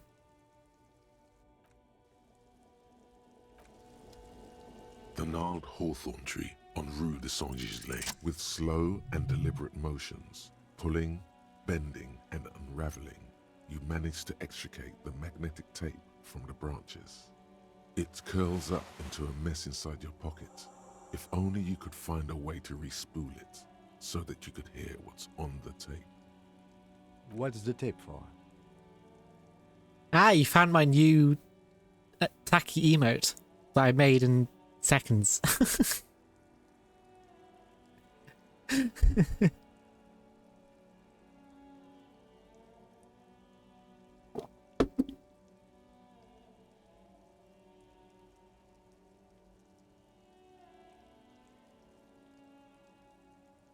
It's for Egghead. How? It's broken and unspooled. Do you think your new buddy knows how to fix it? I think at least one of the ravers would know how to fix a broken tape if they want to set up a nightclub.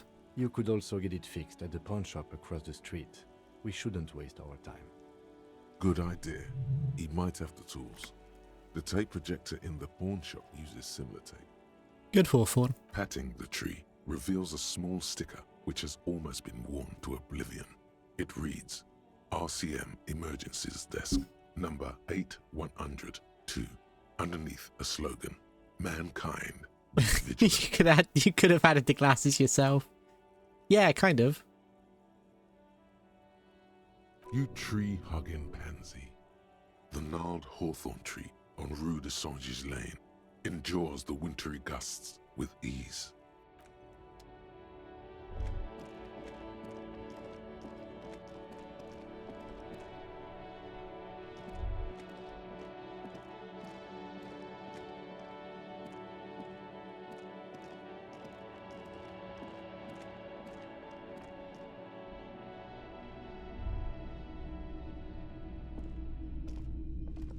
Hello, hello. Let me know if I can help you with anything. Do you know how to fix this? You mean re-spool it? Yeah, I do, but... Great. But I'm not some Mr. Fix-It. I'm a pawnbroker. If you want to pawn the tape, sure. Although it looks pretty... worthless. Just explain why you need this so much. He's bound to understand.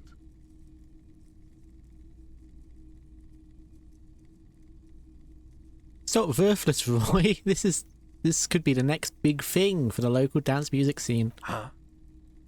What do you mean? Do you know that old church down the coast? Yes. What about it? I helped some young ravers turn this place into a nightclub, and they play these weird beats there, which they call hypnotic music. Is it any good? The music, I mean.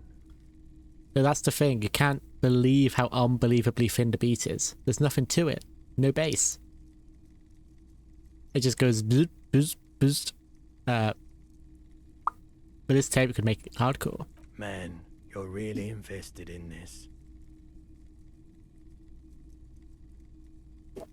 He looks at the bundle of tape in front of him. It shimmers under the shop's dazzling light show. Okay, I'll help you out.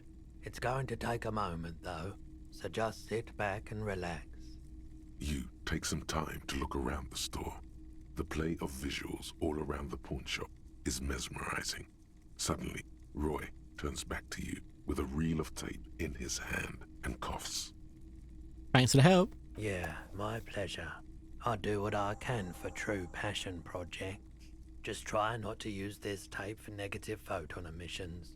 Take responsibility. Okay.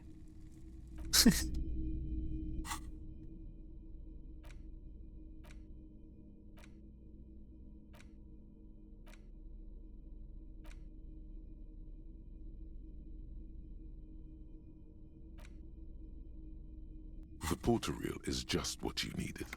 The reel's attached to the apparatus with a satisfying click.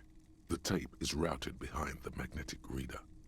You press the large button marked Commencer, and the tape starts spinning. There's a small delay before the song starts playing.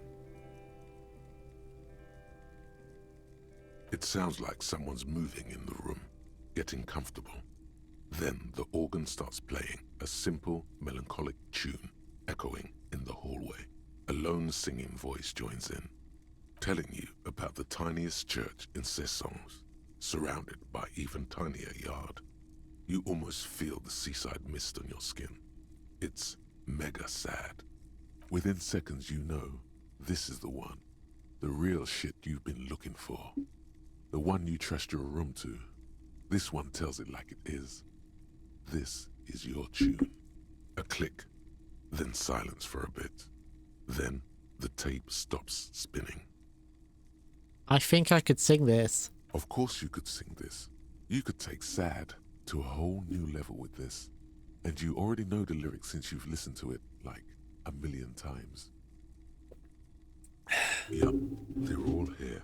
All 3 verses. And oh, money and experience from Encyclopedia. The instrumental version. Boom. It's like the world itself is telling you to do it. Only one obstacle stands on your way. What? Gart. You have to convince Gart to let you sing karaoke in the whirling. After you've won him over, you can express yourself. Let the pain out. Make everyone understand. The lieutenant watches you pack up the boombox. He doesn't say anything. You excited, Kim? I bet you're excited. Karaoke night tonight.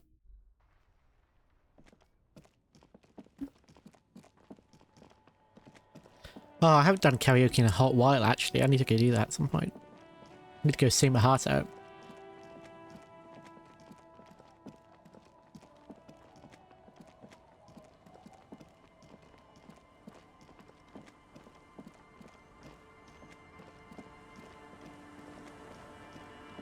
Gart is going to either choke you or clap. Honestly, I would take either.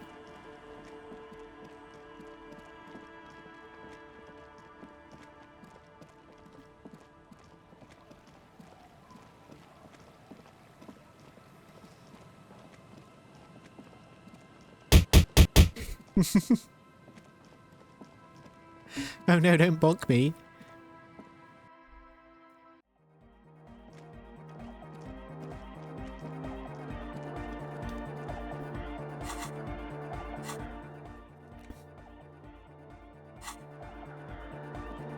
Good morning, comrade! Yeah! Harder car! Maybe you can use this to fix up Ake's jam. Yeah! Remix time! Tape goes here, into deck B. Get the volume up a second. A hand on his ear. He listens to the audio through his headphones and shouts. Wow! Did you get this from Arno himself? A great excitement is bubbling to the surface within him. This is big. I found it tangled up in a hawthorn tree. Listen, I'm just going to show it to you. Ready? Ready?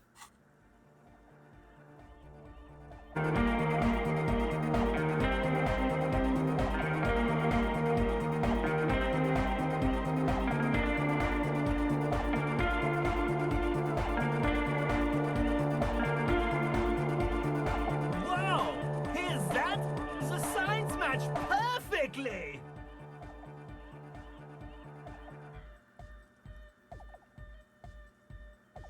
That is pretty hardcore. Now, if only we had the beat for the full assault, it would be unbelievably hyper! What is this? It's good. How did you guys do that? I just found a random tape. Yes, but what if Van Eyck based his remix on some forgotten local melody, like a folk song, and you just found the original piece that inspired him to create this jam? That would explain why it fits so well. Nah, to me it sounds like classic Van Eyck. That was I don't absolute think he cinema, needs any yeah. inspiration from folk songs. Maybe he lives in Martinez and just threw away Absolute part of his cinema. song because he thought it wasn't good enough. I want to talk about the ban evader who came in here to spam, who was called Unpleasant Manipulator. What a name for your spam account. Just really saying it how it is. I think it's just happenstance. Chaos in action. Contingencies I of our don't think his limited message existence. came up. That and Egghead's fantastic talent. He did deliver. Noid's right. Egghead's technical talent is the key. Something mysterious is going on here.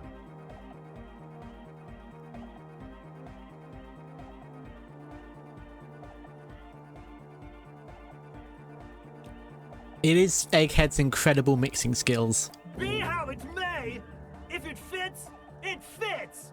Bring up the volume. Ooh, What I've about got an the bass? idea. Do you have any ideas for that?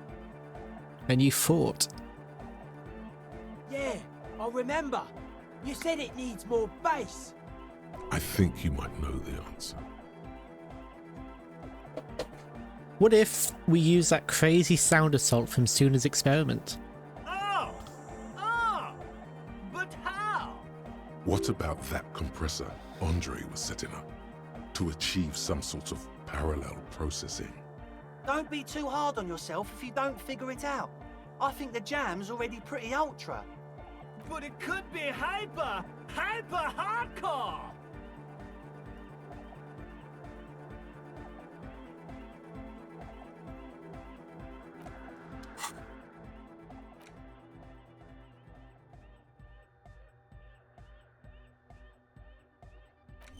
Ooh, this could be the interfacing boost I've been looking for. Good morning, comrade. Not yet. Maybe after it's done.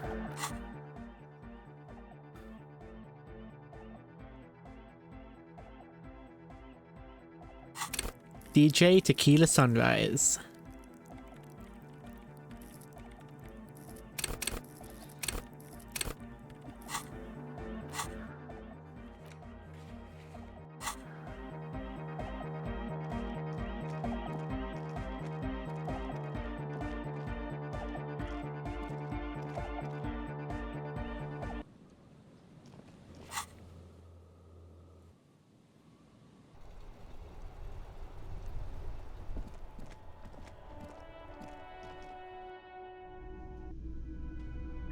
Hey Gart, my favorite man.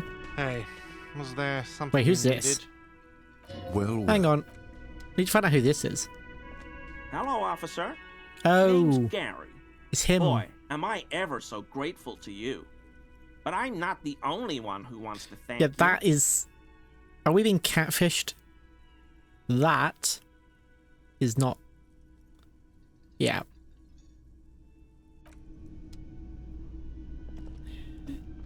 Oh, sweetie, I don't even know how to thank you for finding my husband and helping him out. I hope we haven't been too much trouble for you. I'm basically also a cryptozoologist now. I knew it. I'm not surprised. It's already getting out of hand. Well, in that case, sweetie, let me give you a small token of my gratitude.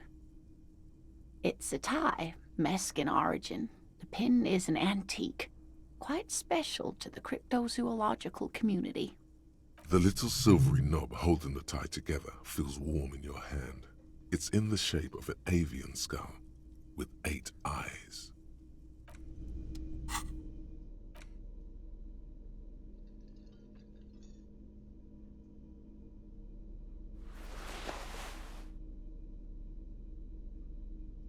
Now this would be a look. Oh yeah, now that's Disco Cowboy. That is. With the jeans.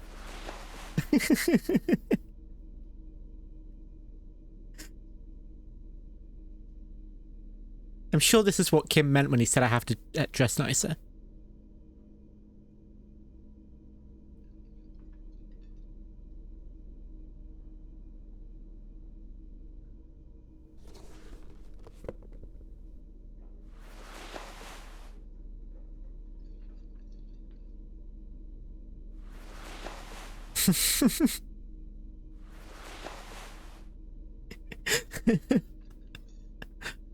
Oh, I look like I'm going to say some really terrible things in a bar.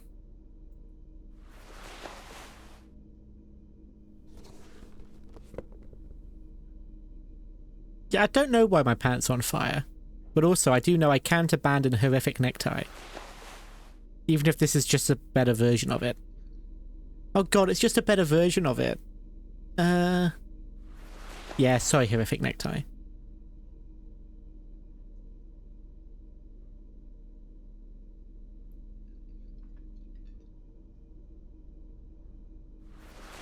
Okay, actually, but is the +1 volition worth it to lose out on horrific necktie interactions?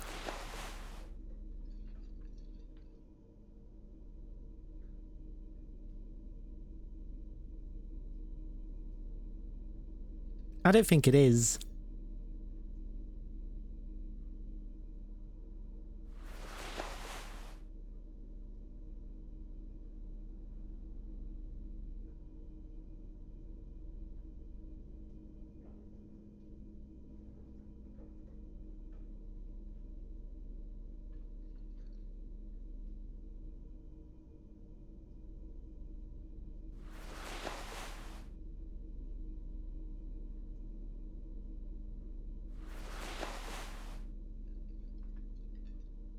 Back to Old Faithful, I think.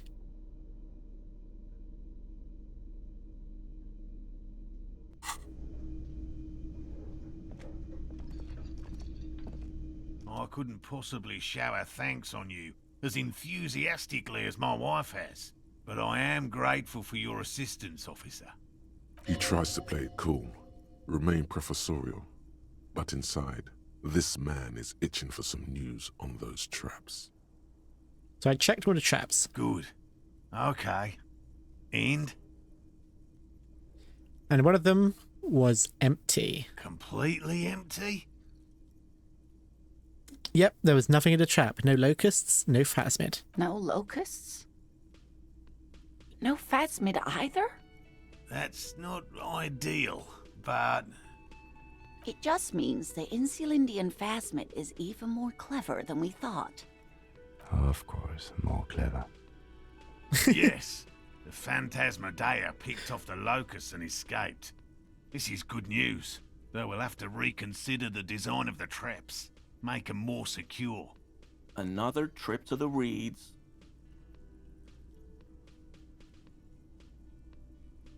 Yeah, not persuaded. Why don't you try convincing Morel his hypothesis is invalid?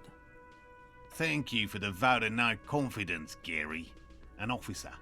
I appreciate your concern, but please leave this to the experts. Unless you have an alternative hypothesis you'd like to venture. You're jabbing at the soft underbelly of his psyche. He realizes he's gotten defensive. Actually, no. Excuse me for getting emotional. This is a big deal for us. You've helped us twice now, and brought some great news too. My gratitude, and the gratitude of the Société Cryptozoologique de Ravachol, is yours. Heartfelt gratitude. But does it feel like closure? What really happened? Some kind of foul play might be afoot. Theft? Thank you, it's an honor. We should probably return to our main investigation here. This has been refreshing, but... Helping cryptozoologists isn't really a priority for our organization, is it? The lieutenant looks out the window, impatiently. Develop an alternative theory about the missing locusts. Consider the way the empty trap was disturbed, as though shaken. Most likely the hands of a young person. Hands small enough to fit inside the trap, too. I may have met a kid that's the locust stealing type. Kids? What would a child want with bags? Oh, my dear Morel. You've been an old man for too long. Kids love to torment insects almost as much as they love to torment old folks. I'll talk to the little gremlin and see if anything comes up. Delinquents. My favorite.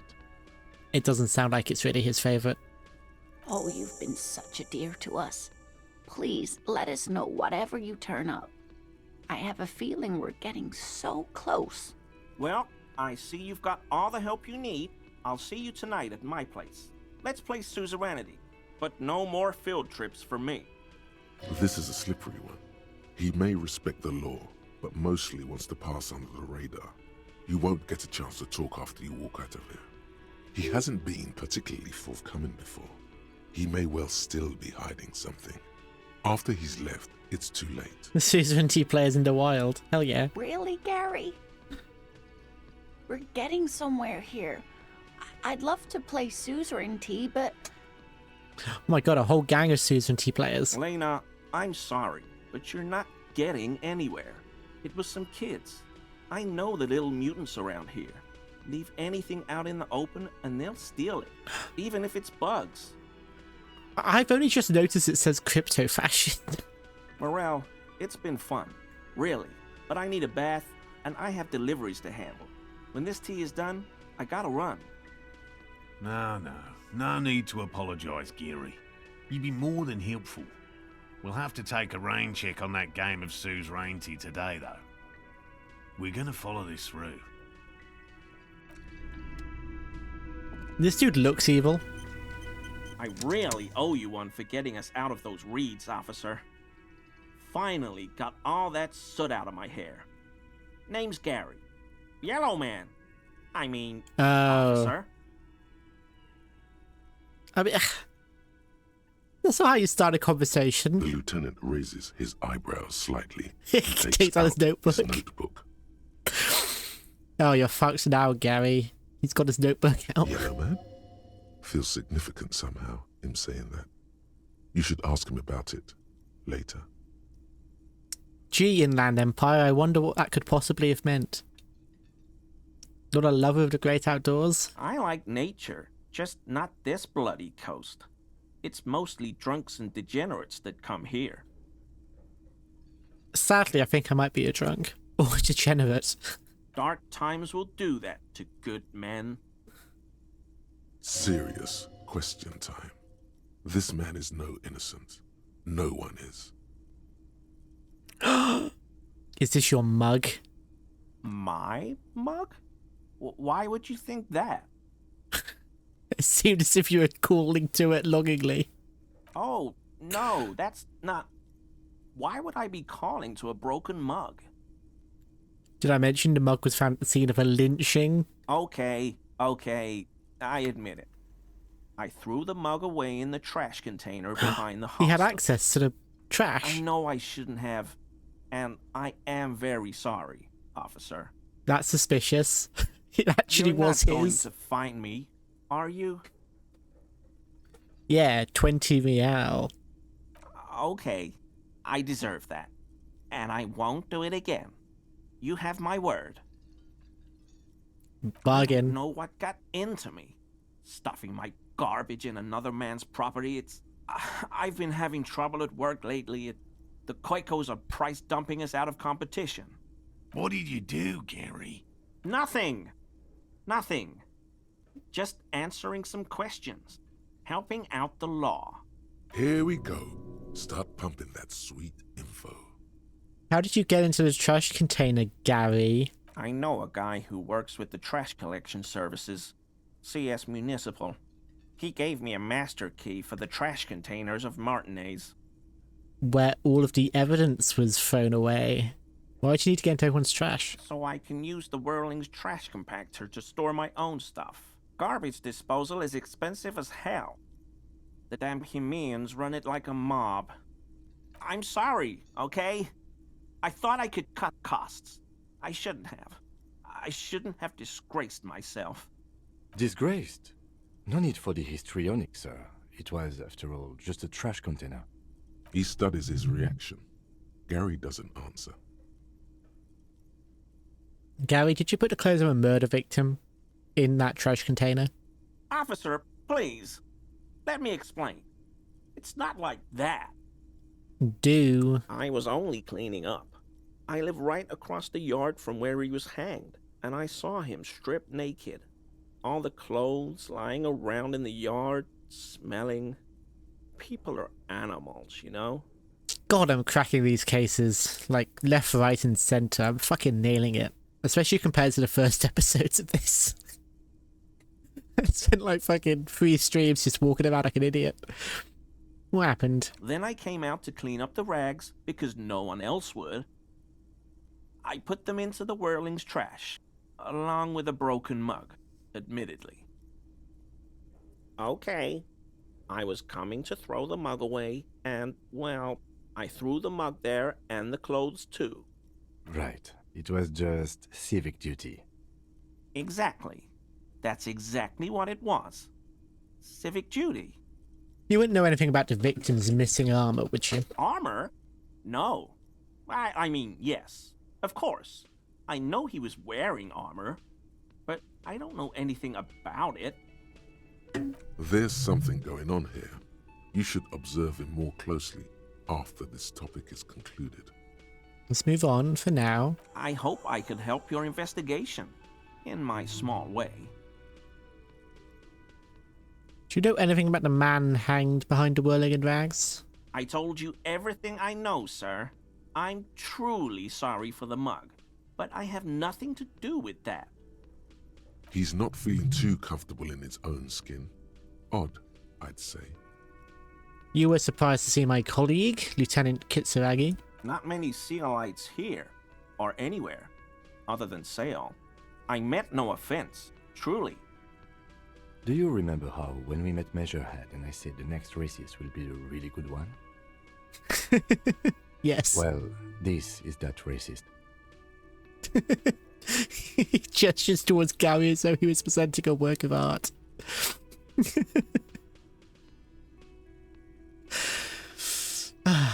Are you a racist, Gary? Hey, man.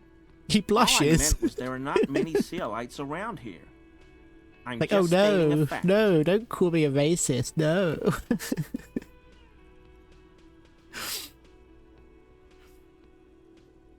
The lieutenant is a native of Revachol. Oh, yes.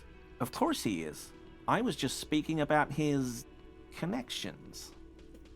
Let's change the subject, okay?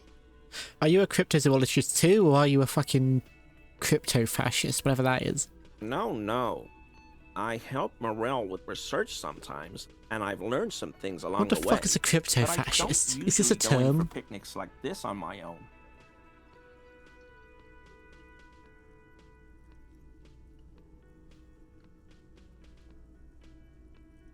Oh, it's the people who purposely keep their support and admiration for a group hidden to avoid persecution or, you know, yeah, repercussions.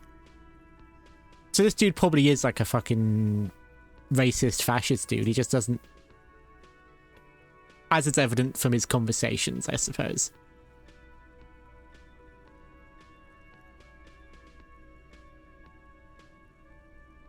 There's a lot of fascists in the crypto stuff as well, yeah. Composure.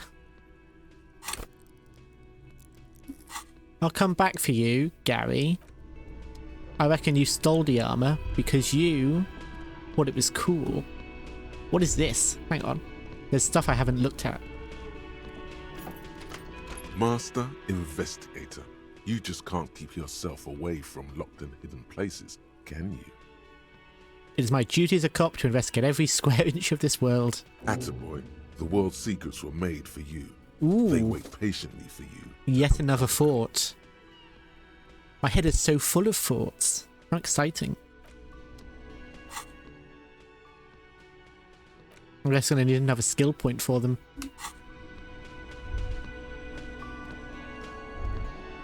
All these mesmerizing machines, just waiting to be plugged back in and played.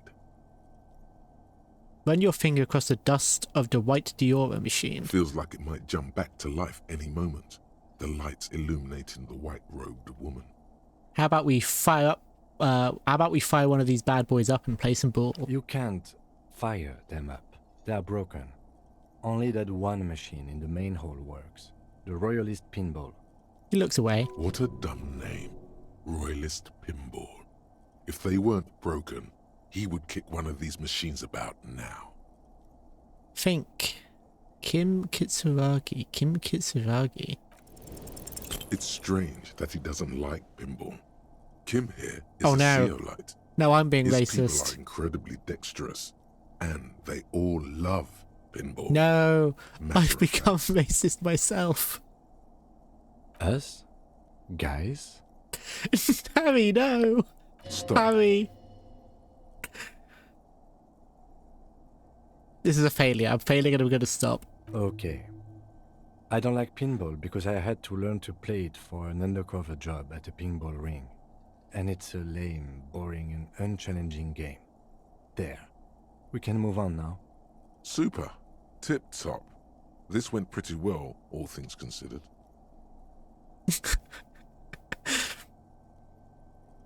Hello, rhetoric medium success. You've got a very fitting name. Yeah, Harry, what the hell are you doing? We were just scolding someone for being a racist. What's my deal? Some kind of inane pinball theme. Probably related to Messina during the DeLorean age. The history themes are the worst. The lieutenant grimaces, looking at the machines. Sounds like you don't enjoy pinball, Kim. No, I love it. I love pinball. Who doesn't love pinball? Let's move on. Can you make your voice any drier, Kim? He doesn't. Let's move on. Let's not piss off Harry anymore. Kim, rather. Over there, in the corner. The pinball machine? Not just any pinball machine. This is the pinnacle of pinball. Cornelius Gordy and the Mountain Goats. It's lit. Conrad, get yourself together. I'm loving this thematic account you've got going on here.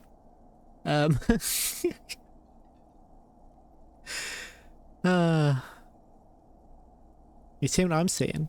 The pinball machine. Gordy's Goats. A classic. You've played it? A little. Feels like a lot. Too much to play it again. Let's take a closer look. Ah, great. Cornelius Gordy and the Mountain Goats reads the golden lettering on top of the back box. There's a small column of text underneath. The machine is coin-operated. Get the game on, Fingerboy. Those flippers are ready. Let's go. It takes a while to get into a rhythm, but pretty soon you're able to keep 3 goat-faced balls in play with relative ease. Go, go, Fingerboy. I feel sorry for the goats. If they only knew the kind of guy old Cornelius really was. Wait, what kind of guy was he? The kind of a guy who uses the word savages a lot when recounting his travels. A masked nationalist. Oh no, Harry, now you're playing racist pinball. A racist mountaineer. An avid huntsman too. He was often photographed in his dining hall, surrounded by wall-mounted hunting trophies from every continent. That is not cool. He also hit his wife and kids. Other people's kids too. Sometimes pets. Hateful little man. But you seem to be having fun. I'm pretty good at this. Your game is definitely improving. The jolly goats are flying all over the board, and although a few plummet to their deaths, you're never left with less than 3. Suddenly, a special passage leading to the summit slides open at the top of the board. This is where the balls need to go. Concentrate and aim for the narrow passage. Maneuvering a goat ball into a position for a perfect hit isn't easy. More fall to their deaths. But finally, the opportunity presents itself. One of them gets through. Tiny hammer shatters something inside the machine. Something glass. The words "Pale Rupture" light up on the speaker panel, and the machine starts filling with a thick, milky fog. Something's happening. Congratulations. This is where the game ends. It's a cheap way of getting more money out of the players. A stupid nihilistic finale. There's so much fog, you can barely see anything. Some is actually leaking out of the machine, and one by one, your goats start slipping, disappearing into the milky nothingness.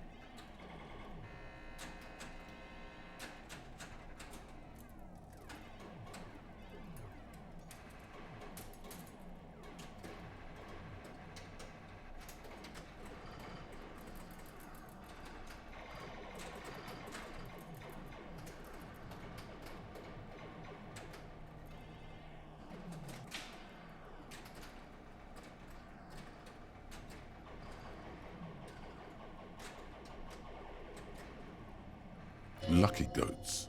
The fog looks soft and inviting. This can be navigated. The balls leave almost imperceptible disruptions in the fog.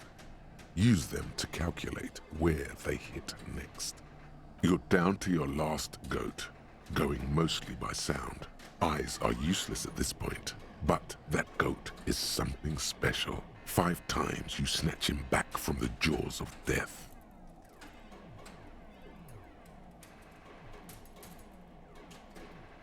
I'm not risking it. I'm just gonna... I'm done. I've been wondering the same. There goes nothing, finger boy. Arno van Eyck. Okay, so Egghead is clearly not Van Eyck in disguise. Van Eyck is an Oranese disc jockey, but those people get around, especially in Revachol, in the clubs on Boogie Street. Perhaps he stayed here for a short stint and discarded part of the song he was working on, just threw it away. And then it ended up in the Hawthorn tree. But why? Did he think it was retrograde? It wasn't.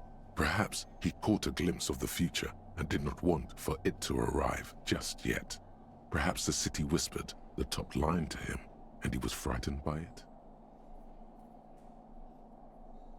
All Motorix white checks unlocked. Reveals Arno von Eyck gig posters in the world. Huh. I need to get another fort unlocked at some point so I can do the Jamrock Shuffle.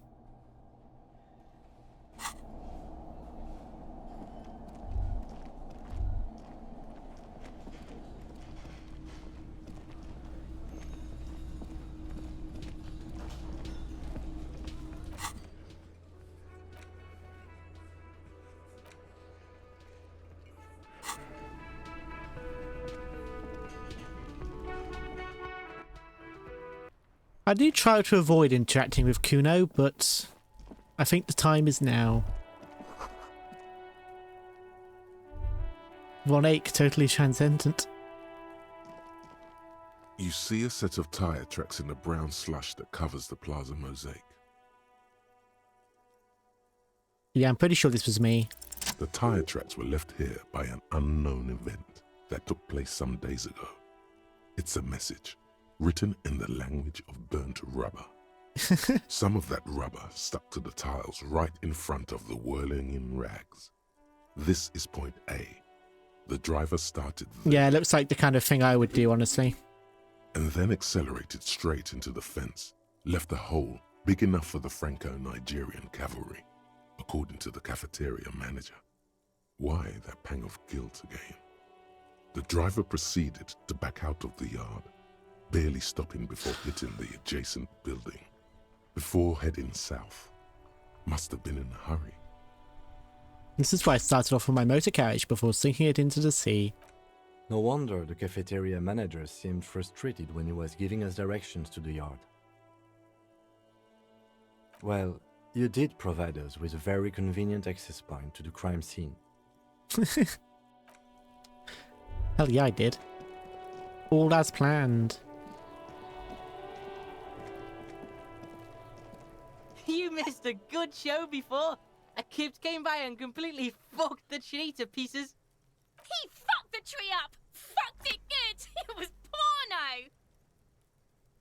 Wish I could have been here to see it. Now, I have some Shoot questions. that shit at Kuno, pigonaught! You wouldn't happen to know anything about any missing locusts? No, Kuno doesn't give a fuck about bugs. Oh my god, I told you that shit is lame! Shut up, see. Now they're gonna take you to lame prison! She sounds like she's about to cry, out of disappointment at Kuno's newfound lameness.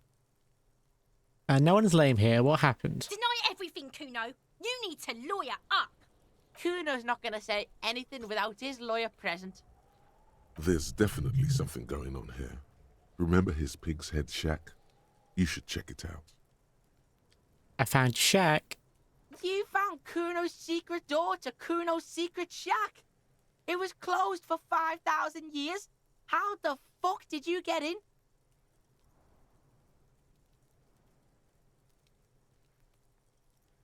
I pushed the pedals aside, Kuno. And then what? You fucking there. You fucking Kuno's kingdom. He's trying to fuck at you again, Kuno.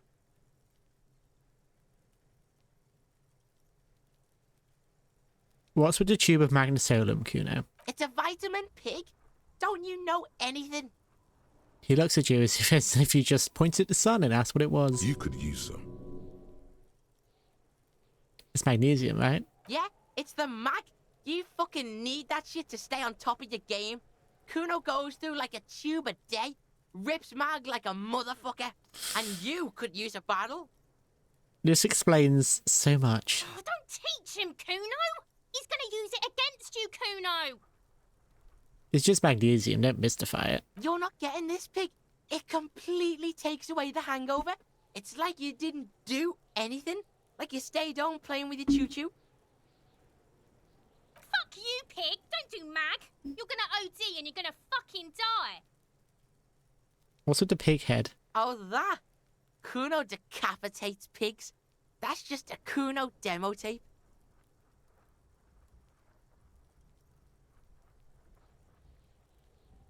You're trying to send me a message or some sort? Demo tape? Yeah, Kuno plays on snuff radio, fucks pigs, live, fucks their heads off. Kuno's a cop killer. I found a plate covered with powder residue. Know anything about it? That's where Kuno gets his daily hit of electric. God, he's Kuno so high all the Shazam. time. Kuno rides the fucking lightning in there, pig. Bet you'd like to ride the lightning too, wouldn't you? You feel tired and old, but you could have that sparkle in your eyes. Good call, Pigmeister. Don't come and talk to Kuno about his kingdom. He's on your crime scene, bossing you around. And he's been here for some time too. This is where he hangs out. You have to get more out of him. He could be useful.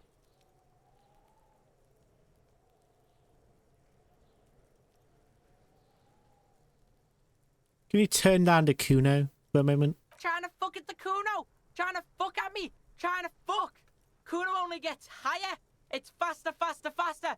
Can't take the Kuno. Stay out of the reactor. Kuno gonna fuck you up. Up. Normal is not what we got here. You've got to work with what you have for now. Yeah? The kingdom of Kuno? The fuck do you want with it? None of Yeah, that's whatever. useful. Kuno doesn't give a shit. Kuno doesn't fucking care.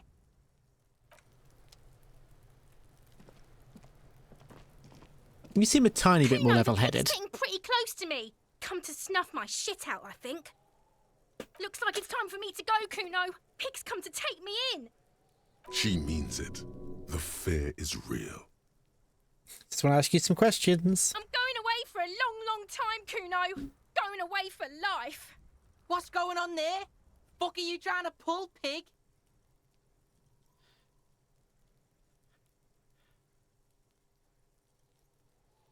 A child converse with me. Okay, you there, behind the fence. You don't want to fuck with me. I got my hands bloody. I'm not here, pig. You're not seeing this. You can still see the top of her hat from behind the fence. I'll die before I squeal, pig. How very useful.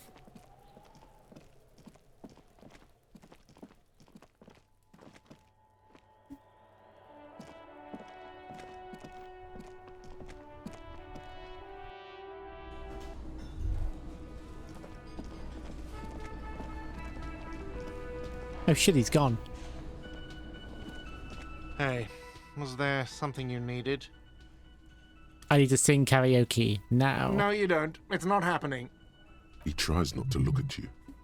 It's dangerous to acknowledge the karaoke man. Yeah, but Johnny Law's about to tear it up sad style.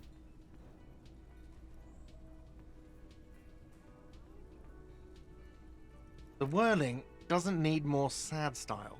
That's one of the styles it can do without right now. It's part of my quest for self-discovery. The Whirling's not a charity or a musical therapy clinic. It's a commercial establishment. You're going to scare away the customers. Why do you even have the PA system if no one's going to use it? It's for no one. It's a prop. I'm not letting anyone use it after the great karaoke catastrophe of 44.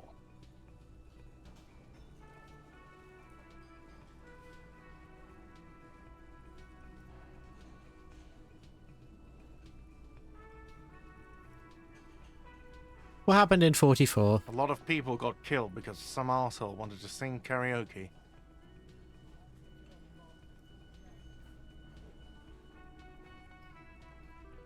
It's not a prop, it's for your clients. I know it's used. Okay, yes, it's for some clients. I'm a real client. I've paid my bills and I have the right to use a karaoke machine. Ha! Well, we don't have any tapes. They all got stolen. It's alright, I have my own song with me. The man in the vest and the violet shirt stares at the tape you've just given him. He begins to frown. Outplayed, Hard. Gart. Outplayed. This is the look of a man who's defeated. He knows he's out of excuses. Fine, fine. Climb on that stage and do your thing. Just get out of my hair. I'll plug it in for you. Damn this karaoke machine. I'm having it uninstalled, he mumbles to himself. Oh yeah, time to do the damage. This will be our grand finale for tonight. I'll be ending stream once this is done. The stage is all set up for your performance. Feels silent. You can hear the pellets creak under your feet. You feel a little dizzy, a little unsteady suddenly. So, are you ready for your thing now? Let me know when I should turn on the karaoke carousel. Oh shit, I need drama. Hang on. We need drama. Let's do this. Mesh top.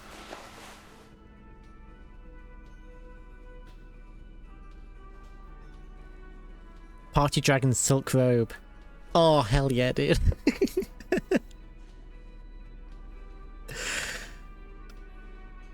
Bow tie.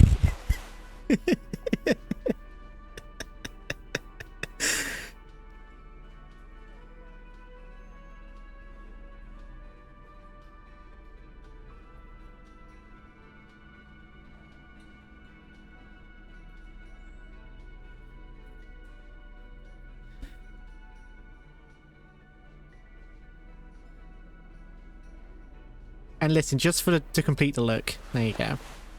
Actually, no, to complete the look. Boom. Who needs pants?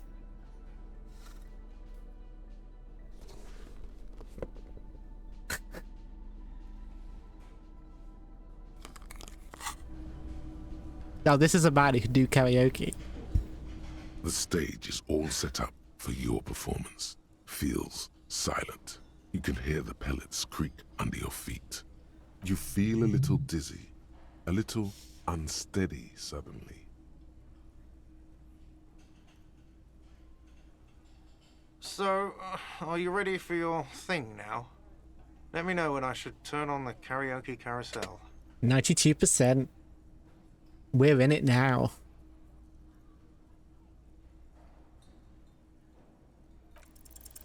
The air is thick with anticipation. The tape clicks into the carousel, and then the music starts.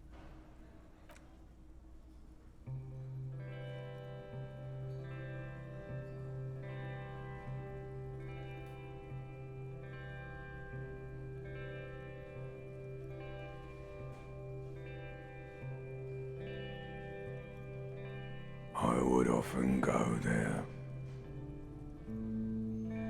to the tiny church there, the smallest church in Saint-San, though it once was larger. How the realm may rest there. down through the mist there. Toward the Seven Sisters. Toward those pale cliffs there. Such dulcet tones. I would often stay there. In that tiny yard there. I have been so glad here. Looking forward to the past here. But now, you are all alone. None of this matters. No, none of this matters at all.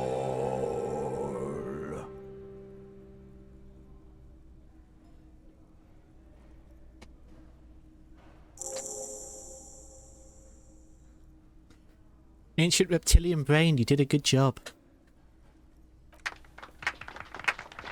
Not bad. Yes, not bad at all.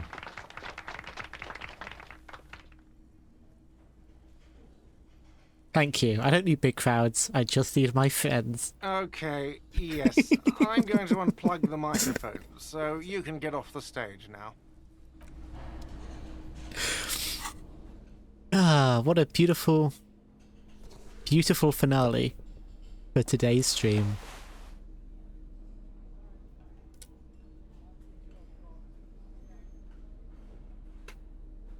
Gart was about to cry. I'm sorry you couldn't be there for that horrific necktie, but, you know, I needed the drama boost. It was important.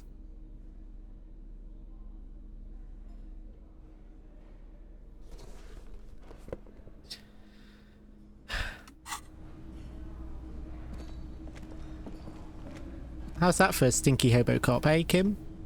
Yes. Right, well.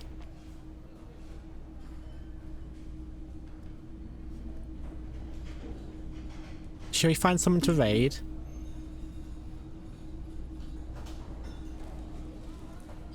That was a rather beautiful, beautiful way to finish.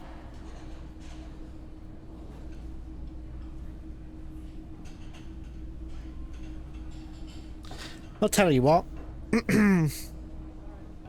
Our good friend Genevieve is... Oh yeah, hydrate.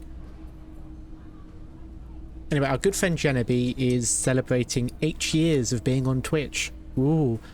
So, we'll go raid her. And send some love to Canada. To the Queen Bee herself.